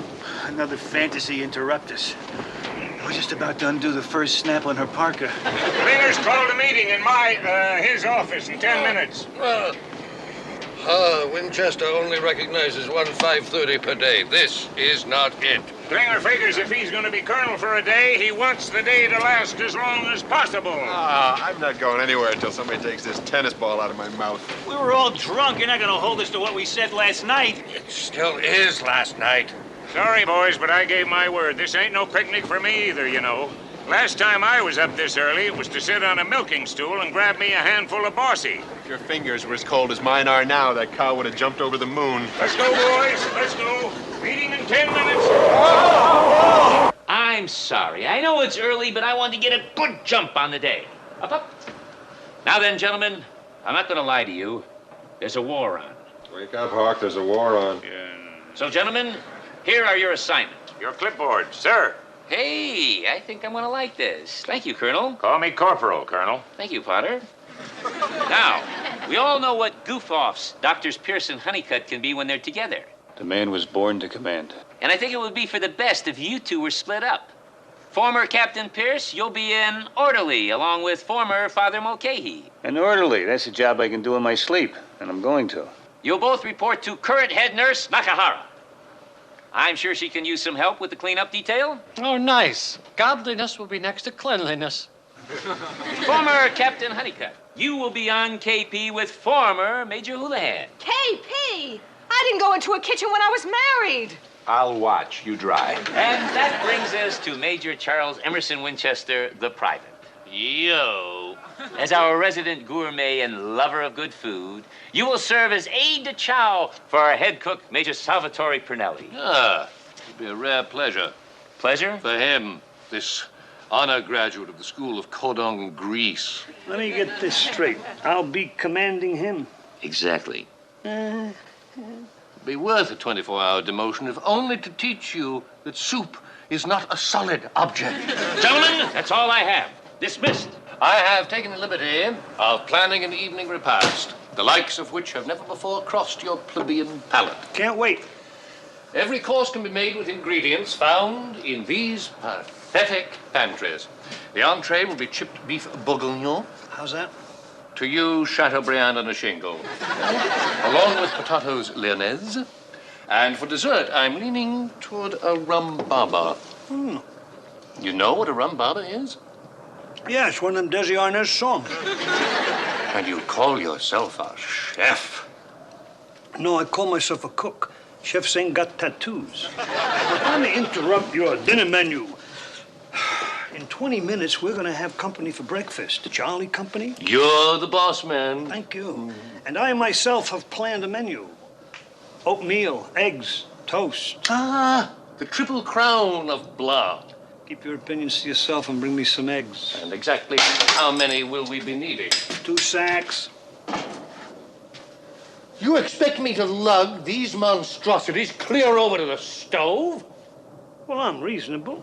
If it'll make it any easier, you can move the stove to the eggs.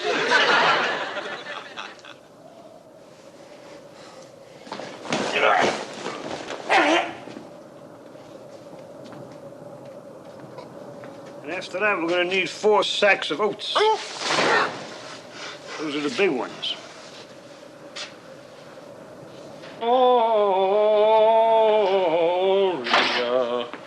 You know, it does a man so good to do manual labor. Is it sacrilegious to beat up a priest with a mop? Orderly. Time to change the linen.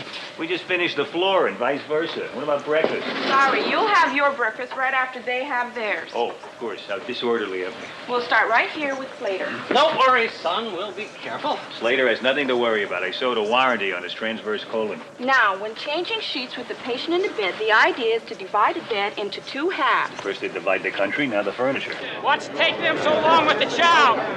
Maybe they're trying to improve it with aging. This keeps up, Michelin's going to take away one of our stars. It's not our fault.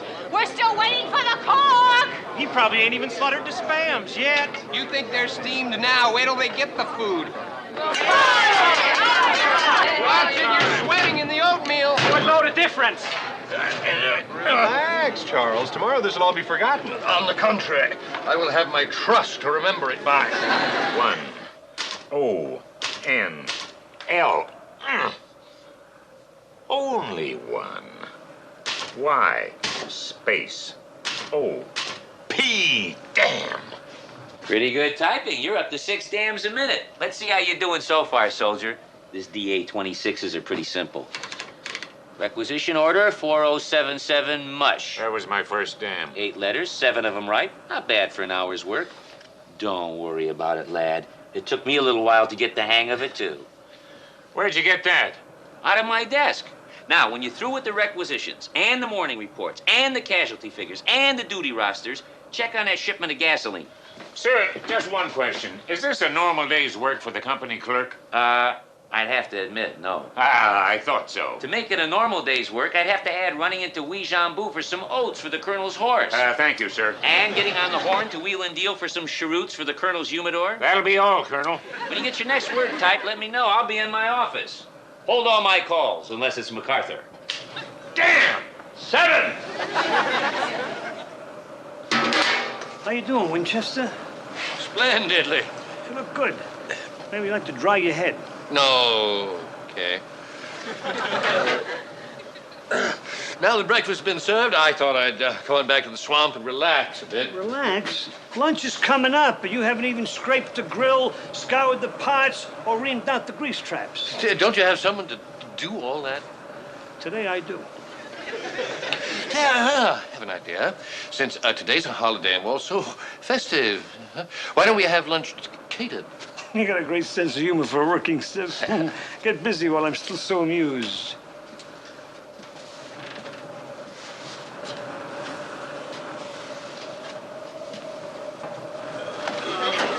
Right. Just get that shipment out as PDQ as possible. Not bad. You got the carbons in backwards on the motor pool disbursements, but I could read them with the mirror. Well, I've just made up for that. Pulled off a coup de scrounge that even you'd be proud of. We're next up for gasoline delivery. What'd it cost us? Just 10 pounds of peanut brittle. What? You know, the shipment General Sawyer sent over after we did the cesarean on his collie. Do you have any idea what the street value of peanut brittle is? In Tokyo, a half a pound can buy you 8 hours of top-of-the-line geisha. Well, wouldn't you say that keeping the lights burning and the stove working is just a little more important than satisfying your sweet tooth? True. We need gasoline to keep us alive, but gasoline is a Bush League finagle. 2 Archie comics and a bag of Walnettos. Next time, don't be afraid to ask for help when you're in over your head.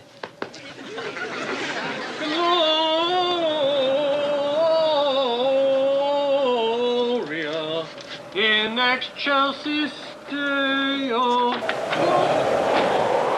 This country really knows how to throw a winter. I'm afraid you missed a smudge there, Hawkeye. Father, the morning's almost all shot. Why don't we get it first thing in July? And why are you taking this cleaning so seriously? Look here, Hawkeye, I am as much fun as the next guy. But this is a hospital, and hospitals are supposed to be clean. You ought to know that. You used to be a doctor. Doctor, I need to talk to you. Remember, I only do windows. Slater is running a temp of 102, and his hemoglobin is 10. Infection. Get another CBC and start him on pen and streptomycin in the usual doses. Right. He's stable enough to be transferred to the 121st. I'll see what's holding up the chopper. That is, if it's okay, Major. Don't tell me about snow. I spent the winter of '44 in the Ardennes. Still got ice in my navel. Colonel? Yes? This requires a genuine article. I got a kid with a temperature and a sinking hemoglobin. I got to get him to the 121st before it gets any worse. Afraid not, Pierce. Blizzard just buried Seoul, and it's heading this way. Terrific. They just told me nothing's moving. Only way a chopper's gonna get out of there is on a dog sled. Oh, no, the gasoline shipment. Don't worry, you'll still be able to eat your peanut brittle in the dark. So what are we gonna do now? Well, Chief?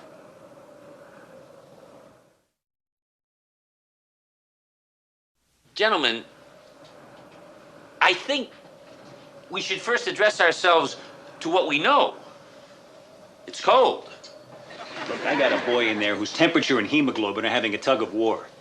If that should turn into a full-blown hemorrhage and then our lights go out, so could his. Why don't we address ourselves to that, gentlemen? Don't get your knickers in a twist, Pierce. All we can do is sit tight and try to maximize our minimums. We know we got 2 days' supply of gasoline. That'll buy us a little time. Thank goodness we got plenty of kerosene for the heaters. Of course, I'm not saying anything our CO here doesn't already know himself. Well, that goes without saying. Now then, gentlemen, it seems to me this is just the kind of situation when a good CO turns to his company clerk for suggestions. Oh, no, I would never presume. Permission to presume, Corporal. First thing I'd do is kill the generator to make sure we have enough fuel for emergency use. He's good. Let's hope so. Of course, that leaves us without refrigeration, but then Mother Nature is already giving us all outdoors as a deep freeze. Last, I'd alert the kitchen to go easy on the gasoline for cooking and to hand pump the stoves. You know, Potter, someday you could make sergeant. Thank you, sir. Just being an officer ain't bad. Yeah, it makes me sorry I passed up my appointment to West Point. It's times like this I usually call the auto club. It's not right. When the mucky mucks decide to turn the freezer off, they don't think about us dog faces lugging the frozen chicken wings outside. All things considered, we're a little better off than the chickens. I knew there was a hospital around here someplace. Back hurt? And my front, and my top, and my total bottom. No, I just made that bed. Too late. Oh, I sure hope peace doesn't break out right now. Jumping up would kill me. How you doing? Well, the windows are fine, but I'm not doing so well with Slater. Infection worse? No, it's under control, but he's still bleeding, and his hemoglobin is 9. You gonna go back in? Not unless I have to. Kelly, run another hemoglobin on him in a little while and see how he's doing. Yes, doctor. Aha! There you are. If we're gonna switch places, you gotta be where my place is. Is it treason to refuse to serve liver tartare? It's the most noble thing a man can do for his country. Dr. Corporal. I'm coming. Well, I guess I'll be getting up now. How am I doing? Not now, Winchester. Colonel! I've got it. I'll burn all this paperwork and claim I had to do it to keep from freezing. Sir! Then I'll only have to fill out the request permission to burn paperwork. Colonel! Let's come back later. There's only one man who understands this Daffy Duck system, and he's been promoted. Now, what are you busting your buttons about? Stated briefly and with dispassion, I have already prepared 2 meals for a mess tent full of unappreciative simpletons, and now the sergeant of swill informs me that I've got to pump up the stove and cook dinner. Let him do it! I want out! Hold it. This is a 24-hour deal, right? Right. Well, my morale's only 2/3 boosted, right, Colonel? Oh, this is a toughie. You need real wisdom to handle this one. Colonel Klinger. What's all the racket? Your CO can't get a between nap snooze. Sorry, Colonel, but Private Winchester here has some prunes in his poncho. What seems to be the problem, Winchester? Is this a joke? I refuse to take my case to a lower species. It's out of my hands, Private. Very well. If I'm to continue this Boxing Day Kinderspiel, I refuse to do so under the command of this itinerant Ladmeister. Major, I'm afraid I don't quite understand. What don't you quite understand? Everything after very well. Either he goes or I go. Gee, well, I don't know. This is the kind of decision that's beneath the CO to even think about. Au contrary, this is exactly the kind of decision a CO has to make every day. Well, I don't care. I hereby turn in my spatula to whoever is in command here. Not on your life, Private. I really could use your help. I had a feeling it might come to that. Now you'll see why a good commander needs so many naps. Winchester, we're having this Operation Boxing Day because we needed to boost morale. And it seems to be working fine, except for one fly in the ointment. So buzz off. Well, my morale is at an all-time low, and that is from a man who has endured 4 FDR elections. Well, if the rest of us can get through what remains of this day, you sure can. Now, why don't you get back to that kitchen, suck it up, and pump it up? And I want you to give him the respect he deserves. Yeah! Well, never mind. Just treat him nice. Don't worry, Colonel. I wouldn't interfere with Genius and his gourmet meal. Well, what do you got in mind, Winchester? We gonna live high on the hog? Only if the hog is in a can. Thank you, Potter. Klinger, we need you. Me is me or me is him? You is you. Oh, what a relief, because that's who I am. Crank up the generator. We need lights in the OR. Colonel? Spiked the temperature, Colonel, 105, and he's bleeding into his belly. Did you knock out the infection? Yeah. What the hell is causing this fever? How'd he look when he came in? I didn't notice much besides the hole in his belly. In fact, that's about all there was of him. Kid's thinner than 3-2 beer. He is skinny, and his heart's going like crazy. Maybe when you operated on his wound, you lit the fuse on his thyroid. Thyroid storm. Bingo, a goiter. Start a sodium iodide IV stat. Get a gurney. We gotta go in right away and stop the bleeding. We'll be curing that thyroid posthumously. Well, he'll never make it through surgery with that high a temp. Empty the freezer. We gotta ice him down like a martini. There's no ice. We lost refrigeration when we cut the generator. You prep, we'll try to push the down button on his temperature. Where the hell is that snow they promised? Gloria in the Got an emergency. Can I help? Maybe the only one who can, Father. Why is it so hot in here? Because it was so cold in Well, here. kill the heater. The last thing we need now is heat. How about this, Beebs? Only in Korea, huh? Here I was, mopping floors, washing windows, making beds. A talent scout sees me changing bedpans, and poof, I'm doing abdominal surgery. Now get out there and knock him alive. We're ready for you, doctors. I need some more alcohol. Is he under? He's under. What's the temperature? 104. Damn it, it's still too high.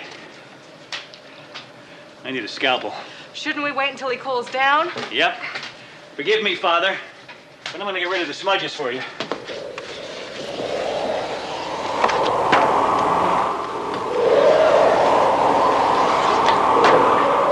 Okay, down and close. Let's get those doors open, get some ventilation in here. Let's go. It's gonna be a little cool in here for us. Slater can live with it. There's our snow, Pierce.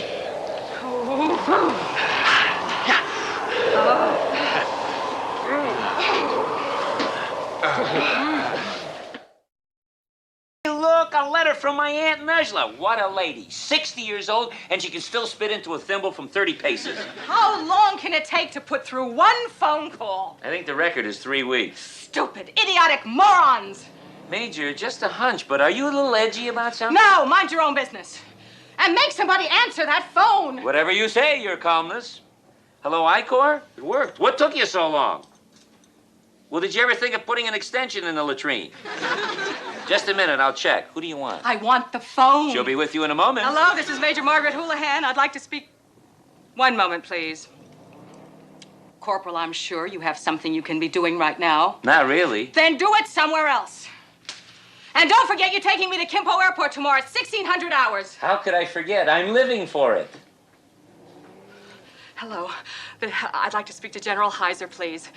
Yes, I'll hold.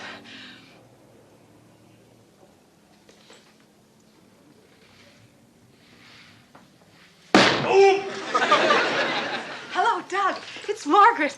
I'm fine. I just got your letter. I'm so glad you can make it to Tokyo this weekend. I've got it all planned. I know a wonderful restaurant that you're just gonna love. And then afterwards, we're gonna go see the kabuki. And it's just gonna be such an extra special birthday for me. And we're gonna have a wonderful time. Yeah, I'll see you tomorrow.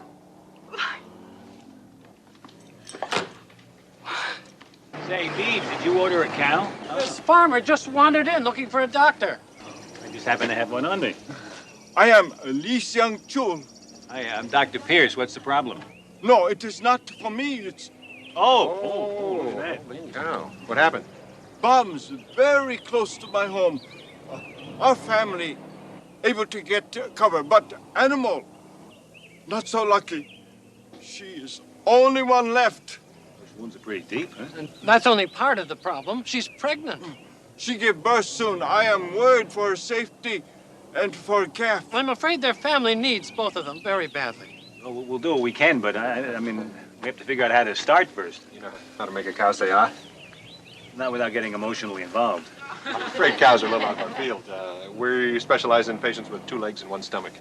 She doesn't seem to be in any immediate danger, but we're going to have to get help for this, you know? We go talk to Colonel Potter. Yeah. Old farmhand like him should know exactly what to do. You just stay in the waiting room here. Boys, I know just what to do. Klinger, get on the horn to Icor and see if you can track down that veterinarian.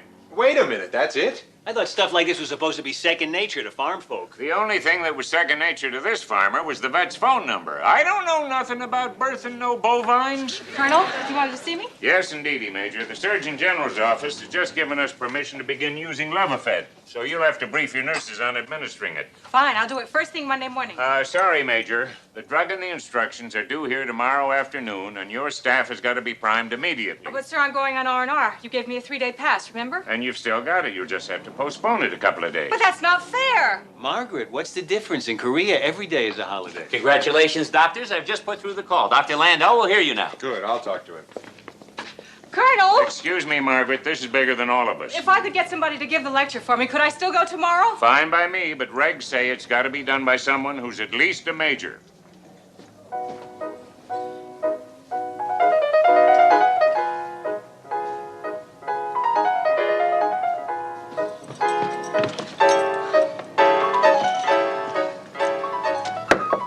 Good afternoon, Charles. Major? Am I disturbing you? Not yet. I was wondering if I could talk to you about... Now you are. Sorry. I see I've come at a bad time, but if I don't come now and I come later, it'll be too late, because later it'll be tomorrow. Margaret, since you seem to have your heart set on disturbing me, would you at least do it with dispatch? Certainly. Oh, what lovely music that is. So bright and cheerful. Mozart, isn't it? Mussorgsky. Well, you're only 100 years off, and both their names do begin with an M. Margaret, should there by any chance be a point to this conversation, would you please get to it? It's nothing, really, nothing.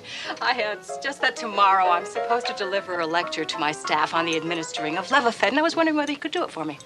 Margaret, correct me if I'm wrong, but what you're asking me to do sounds dangerously close to nurse's duty? Yes, but you see, I was supposed to go to Tokyo tomorrow. Margaret, even Winchester women do not do women's work. That's certainly understandable. But it has to be done by at least a major. And just think of what it would mean to my staff to have it delivered by a man of your caliber. Margaret, you are perceptive, if not sincere. Let's examine this from a Winchester point of view. What's in it for me? What do you want? Name it. Well, let's see. Lately, I have had a craving to hear the Beethoven Emperor Piano Concerto. That's it? That you'll do it? I get that. You'll do it? Well, of course, it must be the incomparable Arthur Schnabel as soloist. Of course, Schnabel. And not the 1947 performance. It's just tentative. On the other hand, the 1932 performance, with its limpid runs, that Charles, where the hell am I going to get that? Now, Margaret, that should be no problem for a person with your understanding of classical music. You're absolutely right. If I can't find that record, I'll find that Schnabel guy and I'll bring him here to play it for you personally. Excuse me, can a person go back for more? Gee, I don't know. Nobody's ever tried. Okay, we finally got through to the animal doctor. What'd he say? Well, we're still doing nothing, but now we know it's the right thing to do. He says if at all possible, we should not remove the fragments till after the calf is born. We'd have to use anesthesia, and that could kill the calf. Oh, dear. Do you know when calf will be born? According to the vet, anytime in the next day or two. Next day or two? Gentlemen, I've just had a stroke of genius. Please, keep us in suspense. A calf lottery. I'll sell 100 chances at $1 apiece. Whoever guesses the time of birth will win $50, which means I'll also win 50 no matter when it's born. Klinger, it may not be genius, but I definitely think you've had a stroke. Excuse me, gentlemen. Opportunity knocks, and I am the doorman.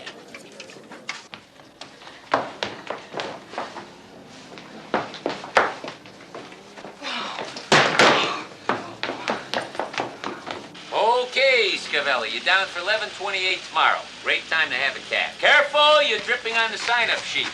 Well, what about you, Davidson? Saturday afternoon's wide open. I realize you don't have a buck on you, but I'll carry you till tomorrow. Klinger, you jerk! What's going on? There's a woman in See, guys, she can't even wait to place her bet. You Arabian aardvark, you're supposed to be driving me to the airport right now! No, I'm not. That's not until 1600, oops. Whoops your face! You've got 5 seconds to get my Jeep and get me out of here! But, Major, I was right in the middle of a hot business transaction. I'm not gonna miss my airplane over some crazy cow contest. Now move it! You don't understand. I haven't even cleared the break-even point. If I don't sell any more tickets, I could lose several shirts. Can't you find anybody else? I don't want anybody else. Nobody knows these roads as well as you do. And anyway, you promised me 3 days ago. Okay, just let me sell a few more tickets. No, and if I miss my airplane, I am gonna take a very heavy object and make your face look like a pizza. One more ticket. All right. Okay. Here. Get my Jeep. What time? Now! No, I mean for the lottery. Make up a time now. Scram! Scramming, sir. Back. Behind. No, Rumpelstiltskin. No, Tush. Tuchus. Spartacus! Nah. Gentlemen, must we have these mindless children's games while I am attempting to prepare a lecture? Oh, sure, you got something to occupy yourself with. Rear end. Dead end, kids! We got nothing to do but sit and wait. We're on cattle call. We could be fathers any minute. So go wait in the maternity barn. All right, we'll knock it off, but I just gotta get this charade or I'll go crazy. Let me give you a little hint. Try A Tale of Two Cities. That is the stupidest guess I have ever... That's it? That's a tale? Please. Charles, you're pretty good. Want to take Hawkeye's place? Hunnigan, even your inane child's game would be a preferable alternative to preparing a lecture on Levophed. Taking this drug makes one's blood pressure rise, and reading about it makes one's lids fall. Oh. Charles, I would think you would leap at the opportunity. Where else could you talk for over a minute without people leaving the room? Usually when you run off at the mouth, people run off. Sorry to break up this powwow, boys, but Bossy says it's time to call the cab. Oh, okay. Look, you get her up on the table. I'll hold her hand. Anybody know where I can get a cigar that says it's a heifer? You coming, Winchester? I'll bet a city fella like you hasn't had a chance to see this before. I've also never had the opportunity to swim in a barrel full of live squid. But thank you for making a boring lecture seem like the best job in town. Klinger, will you hurry up with that? I packed less than this when I moved here. Hey, what's all the commotion? Oh, nothing serious. We're just having a cow. A cow? Now? I'll be financially ruined. If you don't step on it, Buster, you're going to be physically ruined. How long till the blessed catastrophe? Oh, who knows? Maybe an hour, maybe all day. Then that means I still got a chance to get back in time to sell more tickets. Let's go, Major. I haven't got all day.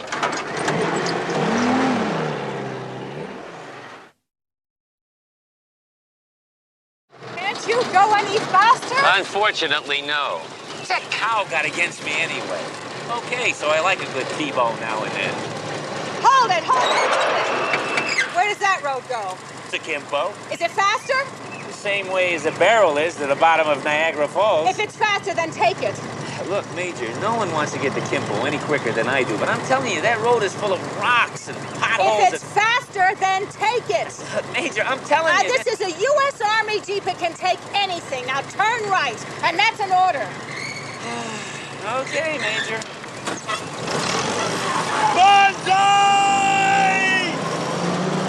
Can you believe this? They can make a bazooka that'll part your hair from 2 miles away, but they still haven't found out a way to monitor a cow's blood pressure. Pulse is thready. Must be slowing the blood supply to her uterus. Probably internal bleeding from the shrapnel. Well, there's nothing else we can do now. I better get that vet on the phone. Don't look at me that way. We're doing the best we can.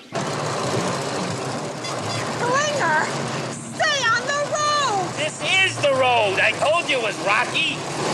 These aren't rocks, they're boulders. Watch it!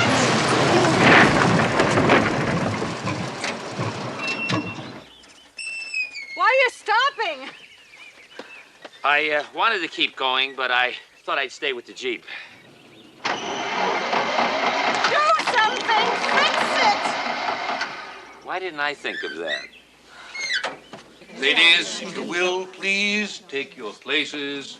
Begin. Let's get this over with as quickly as possible.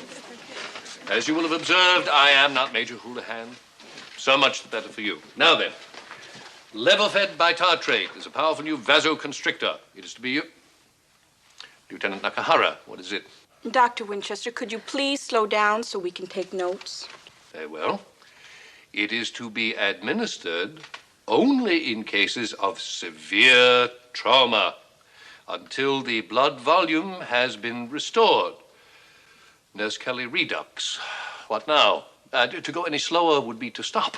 Oh, that's not it, Dr. Winchester. I just thought it might help us to know a little about the history of Leverfed. Indeed. Yesterday, this was at I-Corps. Today, it is here. But let's not dwell on the past. Okay, I got it. Hold on, let me see if I can relay this information.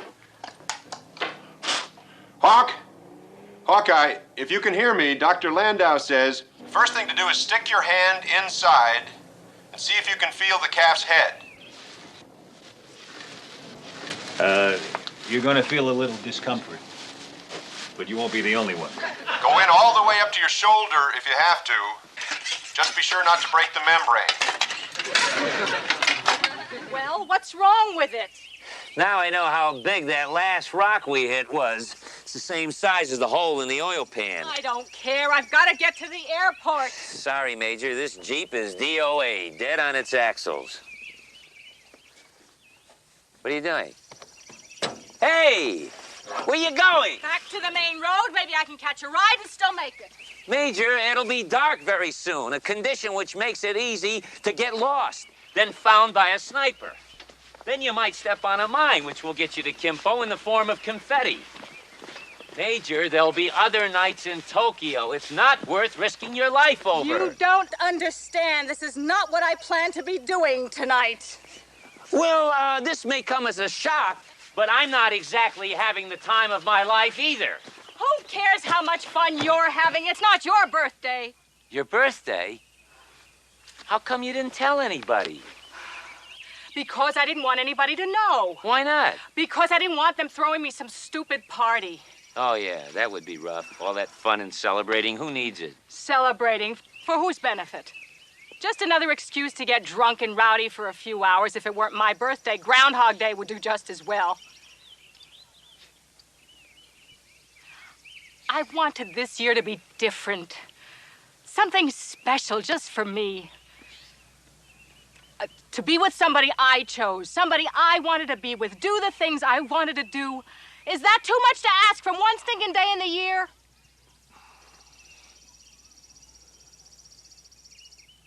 Look at me.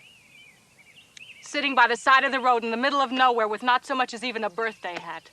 There's a newspaper in the Jeep. I'll make you a birthday hat. I hate birthday hats.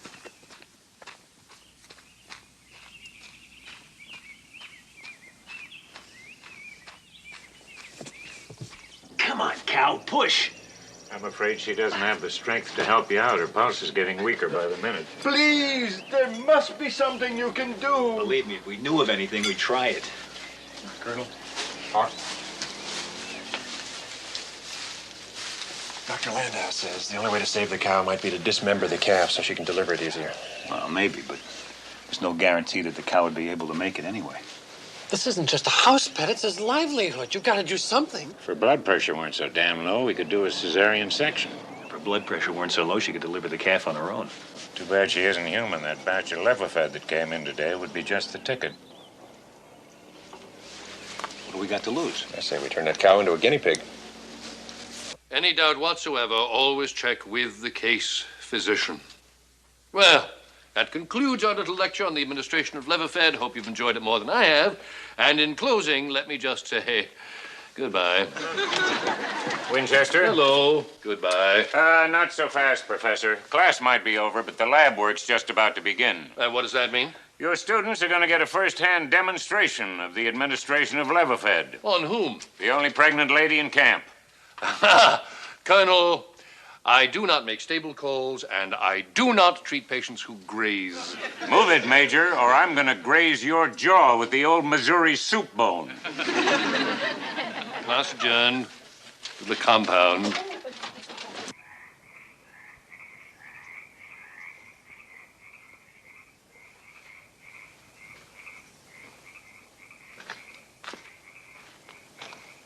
Major, happy birthday. Better hurry and make a wish before the match goes out. Oops, too late. I know it's not much, but it's better than nothing. Maybe. I don't want your sympathy, Klinger. That's worse than nothing. Well, I'll just leave it here, in case you change your mind. Somewhere, a multitude of Winchesters are doing somersaults in their graves. At least you're losing your dignity in a worthy cause, Major. This could be a whole new career for you, Charles. Pet obstetrician. Only doctor in Boston with a salt lick in his office. Hold it, boys. That Levofed's got her pulse bouncing back like Mildred's sponge cake. Which means Junior should be making a grand entrance any minute now. Oh, make that any second. Oh, look, there it comes, there it comes, there it comes. Hey, the foot's coming out. Does that mean it's a breach? No, that's the front foot. The head's next. It went back in. What'd she do, change her mind? The foot went back in. What does that mean? It'd be right back out. There it is, there it comes, there it is. A nose, a nose! Hello, nose. Oh, look at this. She's sucking my fingers already. Well, it's not even halfway out and it's already sucking. Isn't that incredible? That's a good vital sign. Come on. There it is, all the way out. Well, hello, little lady. Welcome to the world. Isn't she beautiful? Looks just like her mama. This is indeed a blessed event. Now, all we got to do is dress some old war wounds and we're in business. I want to thank you all very, very much. Don't mention it. I certainly won't. Class, dismissed. Well, we're going to have our own little stampede here.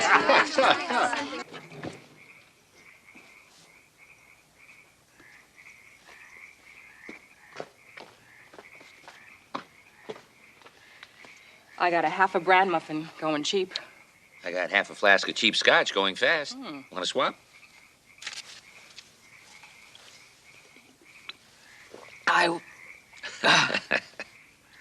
That was a very nice gesture. The cake, I mean. I'm sorry for what I said. No problem. I guess I just didn't want anybody feeling sorry for me. That was a pleasure I wanted to reserve all to myself. Look, I know how you feel. One time I remember I was trying to get to Akron for the statewide bowling tourney. Well, all the buses were canceled on account of snow. So me and my cousin Adib... Okay, so I don't know how you feel. There are so many things I was so sure I'd have in my life by now. And every Christmas, every birthday, all those milestones just remind me of what's still not there. And today turned out to be just another day in the middle of nowhere. You know, Klinger, I envy you. Are you kidding? For what? For one thing, the way your face lights up when you talk about Toledo. Yeah, it's a great place. Klinger, I've been there. What's so great about it is that it's your hometown. Army brats like me don't have hometowns. I mean, I never went to the same school 2 years in a row. Wow, I was once in the same grade for 2 years in a row. Yeah, that must have been rough for you. I remember how we always used to razz the new kids. I never thought about it from their side. I guess we were kind of jerks. After a while, I'd try to make friends. And as soon as I did, sure enough, would have to move out again. And it always hurt. Finally, I decided not to let anyone get close enough to hurt me again. I guess I'm still doing that. Hey, nobody's perfect. I know everybody thinks I'm tough, demanding, insensitive, cold, callous, crabby. Feel free to disagree at any time. Think of it this way. Maybe you are all that stuff, but deep down, underneath, I think maybe there's some more stuff that's pretty good stuff. You know? That's probably the nicest thing anyone has ever tried to say to me. Thanks. Sure. Happy birthday.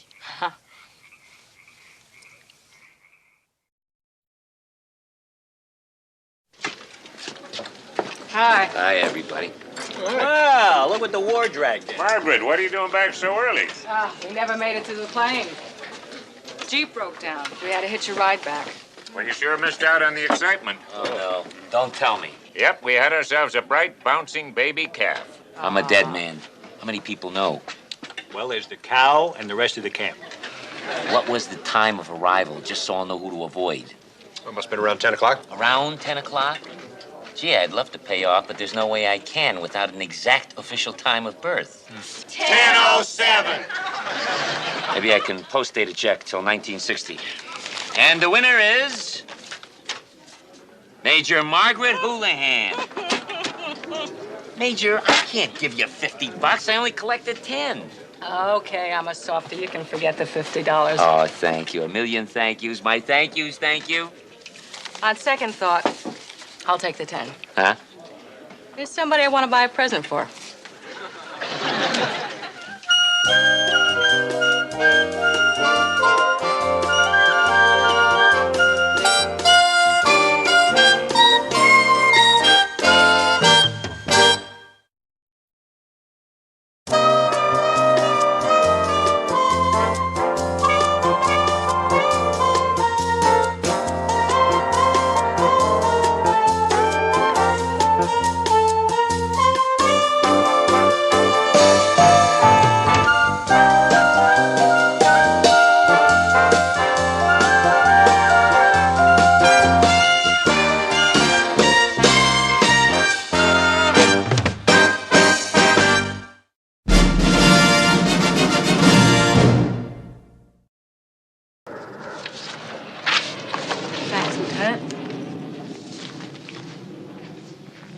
Keep on the penicillin. Same dosage. Hey, I got good news for you, Corporal. You're going home. Tell me the truth, Doc. How's my leg? It's going home with you. Listen up, folks. I've got the best news possible, short of a truce. The negotiators have finally reached an agreement. It's going to be potato salad and not coleslaw with their lunch. Better. Some of our infantry boys just liberated a chicken farm on the Imjin. I don't know. Maybe those chickens enjoyed the communist way of life. Pierce, will you let the man talk? It's okay, Margaret. Let him rant. He'll just end up with egg on his face instead of in his mouth like the rest of us. Eggs? In Korea, impossible. Korean chickens only lay powder. Pierce, shut up already. Talk, sir. Thank you, Major. It seems the farmer is so grateful he's donating an entire day's egg production to all the GIs in the area. Does that include us? Yep, tomorrow at a special Sunday brunch, officers, enlisted men, and wounded will get fresh eggs. Eggs? Real eggs? Unpowdered, unsimulated, unfabricated, unadulterated, un-army eggs? Unbelievable. Factory fresh. Paint isn't even dry on the shelves yet. The last fresh egg I had was over a year ago. And that was in a shampoo. I'll take 50 over easy. Sorry, Pierce. 2's the limit. Violators will be shot. When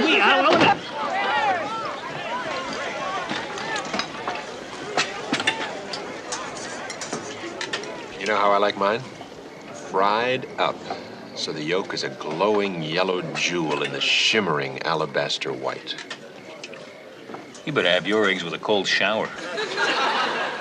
There is nothing to compare with eggs delicately poached on toast, bronzed to perfection, side by side with precisely sautéed kippers. First eggs I remember was when I was an intern. I had been on duty all night with this fantastic nurse. What a figure. Extra large, grade A. She invited me up to her place for breakfast. As soon as we got there, she put on 2 3-minute eggs. 4 hours later, we ate them. Well, if I have rounds to make, I will leave you desperate gentlemen alone with your fantasies. Charles, my fantasies are seldom alone. You know, I was thinking, maybe if we're lucky, this raid on the Imjin will start a trend. Today a poultry farm, tomorrow a liquor store. Can you pass me the sugar, please? Excuse me. Are you talking to me? Yeah, would you please pass the sugar?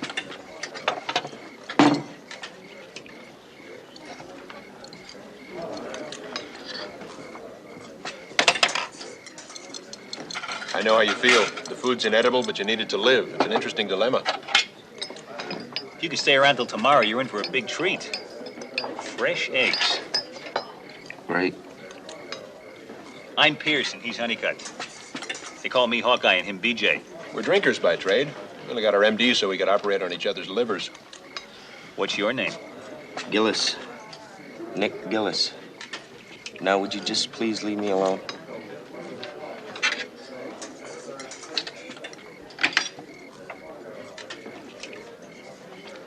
Sometimes for dessert, we go back to our tent and forget dinner.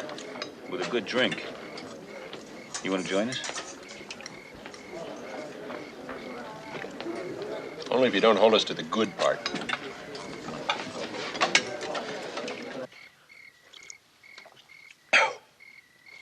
Boy, I never tasted stuff this strong before. And we forge our own prescriptions. So how long you guys been over here? Oh, let's see. 15th of next month, it'll be forever. How about you? Just a little over a year now. You guys married? No, it's just that we've been through so much together that we look that way. I am. I've got a little girl back in California. Someday I'm hoping to be introduced to her.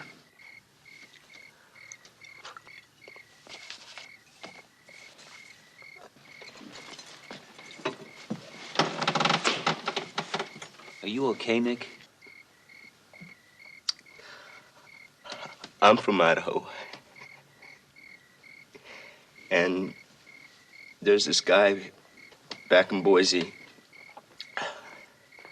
I just got a letter from him the day before yesterday. Congratulating me on the baby my wife just had. I know what it's like to be away from home. Every time I get a letter from Peg telling me about something Aaron's doing, I'm ready to climb the wall. Look, aren't you listening to me? I just told you I've been here over a year. The baby was born 3 weeks ago. I'm sorry. That's rough. I mean, all this time she's been writing me, Gloria's never mentioned a word about it, you know? Just a lot of stuff about the weather and who's doing what. Who's doing what? Boy, isn't that a laugh, huh? Does your unit know where you are? I thought you said this was just supposed to be a friendly drink. No, just between us. Yeah, but you guys are officers. Doctors, not soldiers. All right.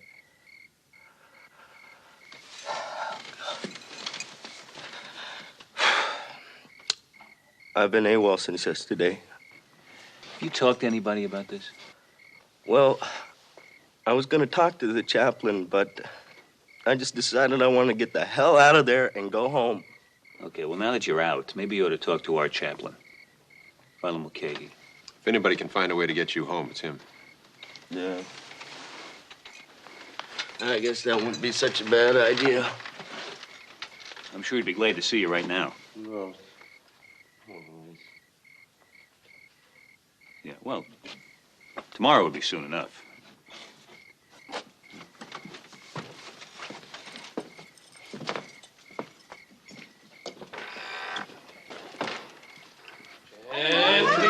Gently. To accompany my poached eggs, Pinelli, I want these kippers delicately sautéed. I never learned that. At Army Cook School, sautéed was for guys on scholarship. Hold it. You're making me nervous. Remember, I want these eggs boiled exactly 3 minutes and 15 seconds. I'll throw a stopwatch in the pot. Hey, Sal, can you make me a cheese omelet? Sure thing. I'll saute it for 3 minutes and 15 seconds. Oh, great. Here's the cheese. Aye. What is that odoriferous fungal mass? Lebanese goat cheese. It's worse than I thought. I've been ripening it in a damp, dark place. Your boots? That does it! I'm not standing around here cooking eggs from now to VK Day. Oh, come on, Sal. If I don't eat this cheese before tomorrow, I'll be killing a living thing. Everybody gets scrambled, no special orders. Scrambled? Period. Scrambled. I'll just take it. Here's the added fixings for my Western omelet. Mildred clipped this recipe right out of Argosy. Sure. We bring you our ingredients. Hold it. What can I say? I've been outranked by baloney. Beach, they're here. Hey, they're here. Tell them to go away. I'm No, sleeping. the eggs. I saw them. They're in the kitchen. They're lined up as far as the mouth can water. I touched them. I'm happy for both of you. Wait a minute. What are you doing? Get up. It's brunch day. I know. Brunch means later. Today is going to be my Sunday back home. I get to sleep late, lie around for an hour or so, then have a delicious real egg meal, then take a nap. Boy, some fun you are. All right, fine. You sleep. I'm going to go back to the kitchen, see if I can lick the shells. You lick, I'll sleep. Boy, those drinks really put my lights out. Oh, we use nothing but the finest embalming ingredients available. Listen, we talked to the chaplain last night. He wants to see you after this morning's services. Oh, you have services here? Every Sunday and before Salisbury steak. When? In about 10 minutes. Great. I'd like to go. Well, it shouldn't be any problem. There are always plenty of seats available. Good. Then maybe me and the priest can work this thing out. If not, then I'll be on my way. Hey, you guys will be going to the services too, won't you? Oh, wouldn't miss it. Yeah, wouldn't miss it. Hey, Beach. Good thing I woke you. Why? You almost slept through the services. So, I think we can draw the conclusion from our allegorical story of the one-legged man and the wheelbarrow that no matter how difficult it might be to manage life's uphill struggles, no matter how steep the climb, the rewards for which we are all destined will make the arduous journey worthwhile. Amen. Amen. Amen. Now then, I have just a few... Don't worry, he's much better in person. The missing middle reel from last week's Samson and Delilah has just arrived with the second and fourth reels of this week's movie, Mr. Belvedere Goes to College, starring the always fastidious and equally amusing Clifton Webb. These reels will be shown in as coherent an order as possible tomorrow at 2000 hours. Thus creating the movie hit Samson and Mr. Belvedere Go to Delilah. Also, for future R&Rs in Tokyo, I've prepared a list of churches offering round-the-clock confessional facilities. Most, I'm told, are bathhouse close. Amen. For those of you wishing to learn more about the Bible, I'll be... So how'd you know where to find me? Speaking of call you? Bibles, You're not the first man to go AWOL. I drew a straight line between our sector and Seoul and followed it right into this mess tent. Now you and I are going to follow it back. No. Shh. And now we will conclude this morning's service with the usual singing of the doxology. If you'll all please rise. Praise God from whom all blessings flow. Praise. Now, Gillis. Hey. Is there a problem here, Lieutenant? It's nothing I can't handle. This man's not where he's supposed to be. Well, who of us is? Just a minute here. Lieutenant, would you be so kind as to explain why you have disrupted my service? Father, this man is AWOL from my platoon, and my CO wants him returned immediately. Is that right, son? I've got to get home, sir. He's got a pretty good reason, Colonel. Maybe so, Pierce, but that's none of our business. Private, you better go back and run the iron over this with your CO before you get in any more trouble. No, I won't. You move your butt, or the MPs will drag it out of here. You take it easy, It's Lieutenant. just a little mixed up. Just a minute. This is a place of worship. Tell him, Father. I'm trying to make this peaceful. You better go along, son. Look, I'm not going anywhere, and you can't touch me. The hell I can't. Didn't you hear the chaplain? This is a church. Church? It's a chow hall. Sergeant! Hey, wait a minute. I got a right to I got a right to something, Sanctuary? Yeah, that's it. Sanctuary. That's it. Sanctuary. I got a right to sanctuary. Don't hand me that. Sergeant! Just a minute, Sergeant. Colonel, they can't do this. I'm sorry, Padre, but I think the lieutenant's right. Colonel, I realize I have no military authority. Nevertheless, as a man of God, I believe there's a religious principle here which takes precedence. This is a place of worship, be it a cathedral or mess hall. If the boy chooses to take refuge here, then I must grant it to him.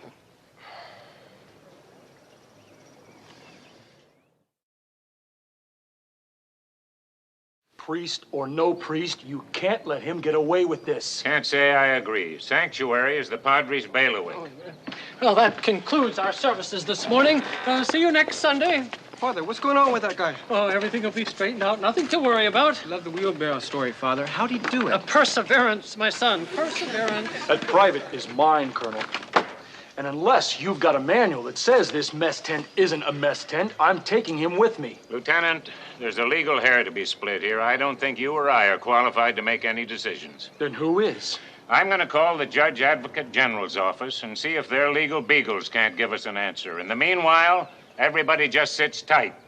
You want a phone call? You're the Colonel. We'll be right outside. Still, we got lawyers and judges that keep this war in the up and up. You boys knew Gillis was AWOL last night. I don't like getting bad news late. Now, Colonel, that's not exactly the way it's... Save it for the roses, Honeycutt. Admitted. You assumed that if yours truly knew about that boy's situation, I'd do something foolish, like what's supposed to be done. Well, I guess we did figure what you didn't know wouldn't hurt him. How am I going to teach you two vigilantes to take those captain's bars seriously? If I busted you to privates, you'd think of it as a promotion. I'm sorry, Colonel, and I'm sure future Private Pierce feels the same. I'm going to go to my office and call the JAG. And you boys are going somewhere, too. Anywhere but here. Oh, thank you, Derek. I'll see you next Sunday. Goldman, what are you doing? We're getting this place ready for the brunch. Real eggs, Father. Leave everything exactly the way it is. Father, real eggs. Goldman. Well, Private, as long as we're going to be spending some time together, why don't we get acquainted? I'm Father Mulcahy. Margaret, come here. Allow the delicate fragrance of frying kippers to embrace your olfactory organ. You leave my organs out of this. And do something about that awful stench. The tragedy of a palate that's had only an elementary education. How am I supposed to soft-boiled eggs if the water won't boil? I'm a surgeon and not a Hindu philosopher. What gives? Major Winchester tells me you won't prepare our eggs to order, so we're stepping in. What you're stepping in is my kitchen. Step out! Listen, you crown prince of Tomania. I outrank you by 5 promotions and at least 80 IQ points. Smart people don't scare me. Now, will you kindly take your IQ? What stinks? A question you should never ask when in the vicinity of yourself. Hey, that's burning! No, no. How dare you pour water on imported Norwegian kippers? Won't hurt them. They're fish, ain't they? Now you can see why I have to get home, can't you, Father? Huh? I can see why you're upset. But going AWOL. Why do you keep telling me what I'm doing is wrong? What about what she did? Nick, there's no doubt that what Gloria did was wrong. Sometimes when people are lonely... Lonely? She better have a better answer than that. I'm lonely. I know. Perhaps I could arrange an emergency leave for Perhaps. you. Nick, there are certain realities here. Now, being AWOL is bad enough, but in 30 days, AWOL becomes desertion. Don't try to scare me, Father. If you want to help me, then you'll get me home. Come with me. You boys stay right there. You're not going to let them come in here, are you, Father? No, not in here. Bad news, Padre. The JAG says no to sanctuary. Sorry, son. Well, Private, I guess services are over. I'm not going back. You don't have to.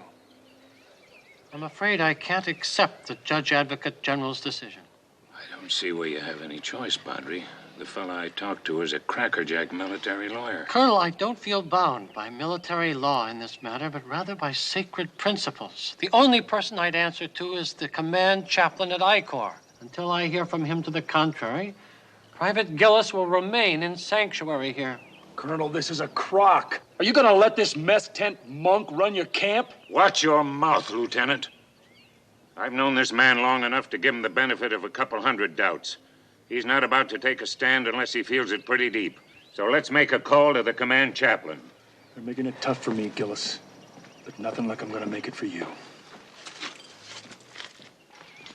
Anything new with Gillis, Colonel? Not yet. Hey, Colonel, when's the brunch? We want our eggs. Yeah, what's going on here? What's happening? Look, that kid's in bad enough shape already. The last thing we need is a bunch of angry rubberneckers closing in on an angry kid. So I'm putting you two in charge of crowd control. Come on, Doc. Hey, what's going on there? Hey, why did they be out? Okay, hey, take it easy on me. I'm a veteran. Folks, Father Mulcahy needs a mess tent for a little while. When he's done, they'll start cooking the eggs. Well, if nobody's cooking eggs yet, then what's that I smell? Oh, yeah. What's going on here? They smell like eggs. As far as we know, that is an unauthorized smell. Now, look. There's an infantryman in there who's had a rough time. Father Mulcahy's trying to talk him through it. Things are tough all over, Doc. We got promised eggs. We're gonna get them. I'll go check this out. I'm leaving you Captain Honeycutt as a hostage. I'm sure there's a very simple explanation to all of this. Stall him, big guy. What's the story? Come on. Okay. So, how many of you are from out of town? Oh, no, Christ. Ridiculous. Brunelli, what are you cooking? Venison. We're not ready for the eggs yet. Not ready. What do you want, hors d'oeuvres? I don't make dips. Who told you to cook the eggs now? Well, correct me if I'm wrong. Brunch comes between breakfast and lunch, hence the name. Hey, hurry up, will you? These people either want eggs or answers. Do I serve them or do I not? No, not yet. What are you doing? Hot them for yourself? Don't go anywhere. Just sit on those eggs for a while. What am I, a chicken? I've been thinking it isn't often we all get a chance to get together like this, so we ought to take advantage of it. Anybody got any gripes? Yeah! Now we'll get some answers. Hawk, I think you ought to know we're going to die. Never say die, and certainly never say we. Hey, everybody, I got great news for you. What's going on here, Pierce? I'm glad you asked, because I was just about to announce we're not going to have an ordinary eggs brunch. Fresh eggs call for fresh air. We're going to have a picnic. A picnic! Are you crazy? In this dust bowl, we can't get an ant to show up. You tell them. Hey ho, everybody! Go get your mess kits and report right back here on the double. We're dining in the great outdoors. I must say, that sounds rather appealing. Eggs al fresco? That picnic sounds sexy when you say it in French. That's Italian. That's even better. Excusing your pardons, captains, you two want a picnic? Yeah. Fine. You serve it. What? I don't deliver. Surely you must realize, Nick, that even if the command chaplain supports us, you can't stay here forever. Stop pushing me, Father. I'm not going back. The consequences of your actions will affect the rest of your life. What do I care about the rest of my life? It's not worth anything now. No human life is worthless, especially a young man like yourself with so much of it left to live. The person I plan to live it with has stuck a knife in me. Don't you understand that? I called the command chaplain. And? He says since this is not a permanent structure, the mess tent cannot be considered a church. I'm afraid in this case, 2 strikes is out. But this is as permanent a structure as we have. God doesn't issue building permits. Sorry, Padre. So am I. I'm not going to let them take this boy. Father, you're trying to play one too many cards. Take him out of there. Everybody get down! Move away, Father. I'm getting out of here. How dare you? You seek refuge in this house of the Lord when it serves your purpose. Then, when it's no longer convenient, you desecrate it by pointing a deadly weapon at another human being. Private, a faith of convenience is a hollow faith. I'm warning you, Father. I'm going. Give me the gun. No.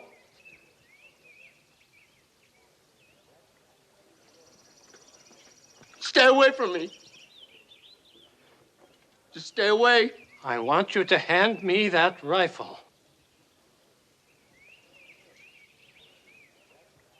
No!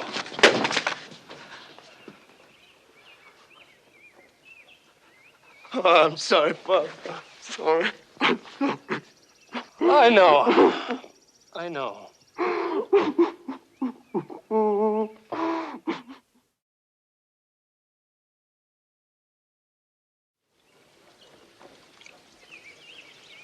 I gotta hand it to you, Father. You've got ice water in your veins.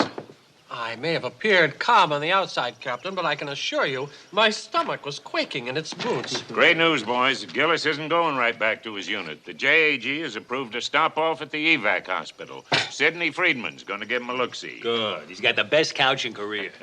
It's comforting to know he's going to be treated as a casualty rather than a criminal. You said it. You know, this omelet isn't bad. Though with all the bologna and onion and cheese, it's difficult to taste the eggs. It's better that way, Father. They're powdered. Xin chào mọi người, chào mừng mọi người đã quay trở lại với kênh của mình. Hôm nay các bạn hãy cùng mình tiếp tục tô màu cho bức tranh phơi quần áo này nha. Mình đang tô phần những cái cửa.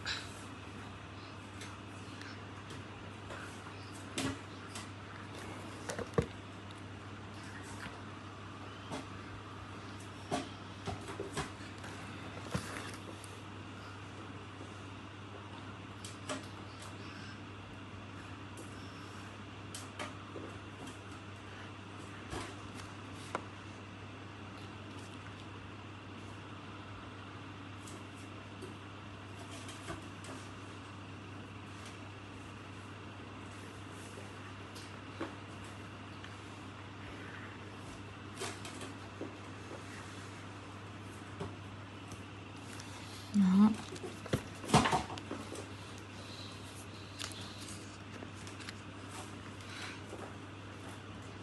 Tiếp theo mình sẽ tô màu của ngôi nhà.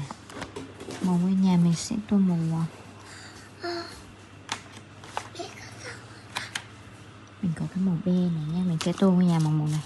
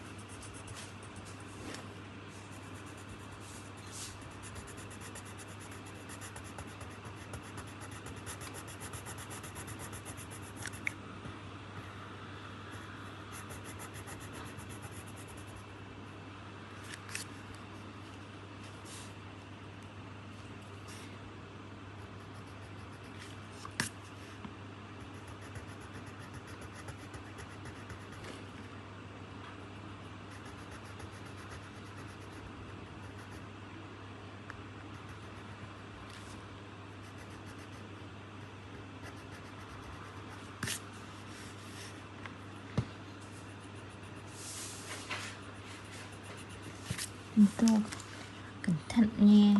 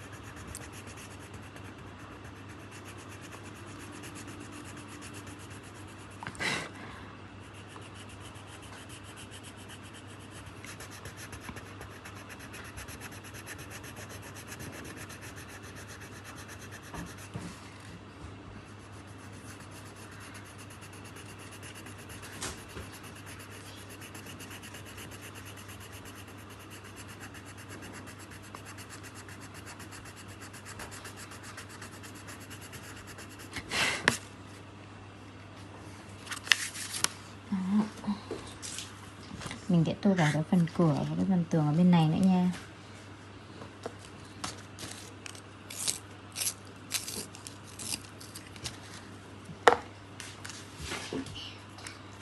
Lại gãy.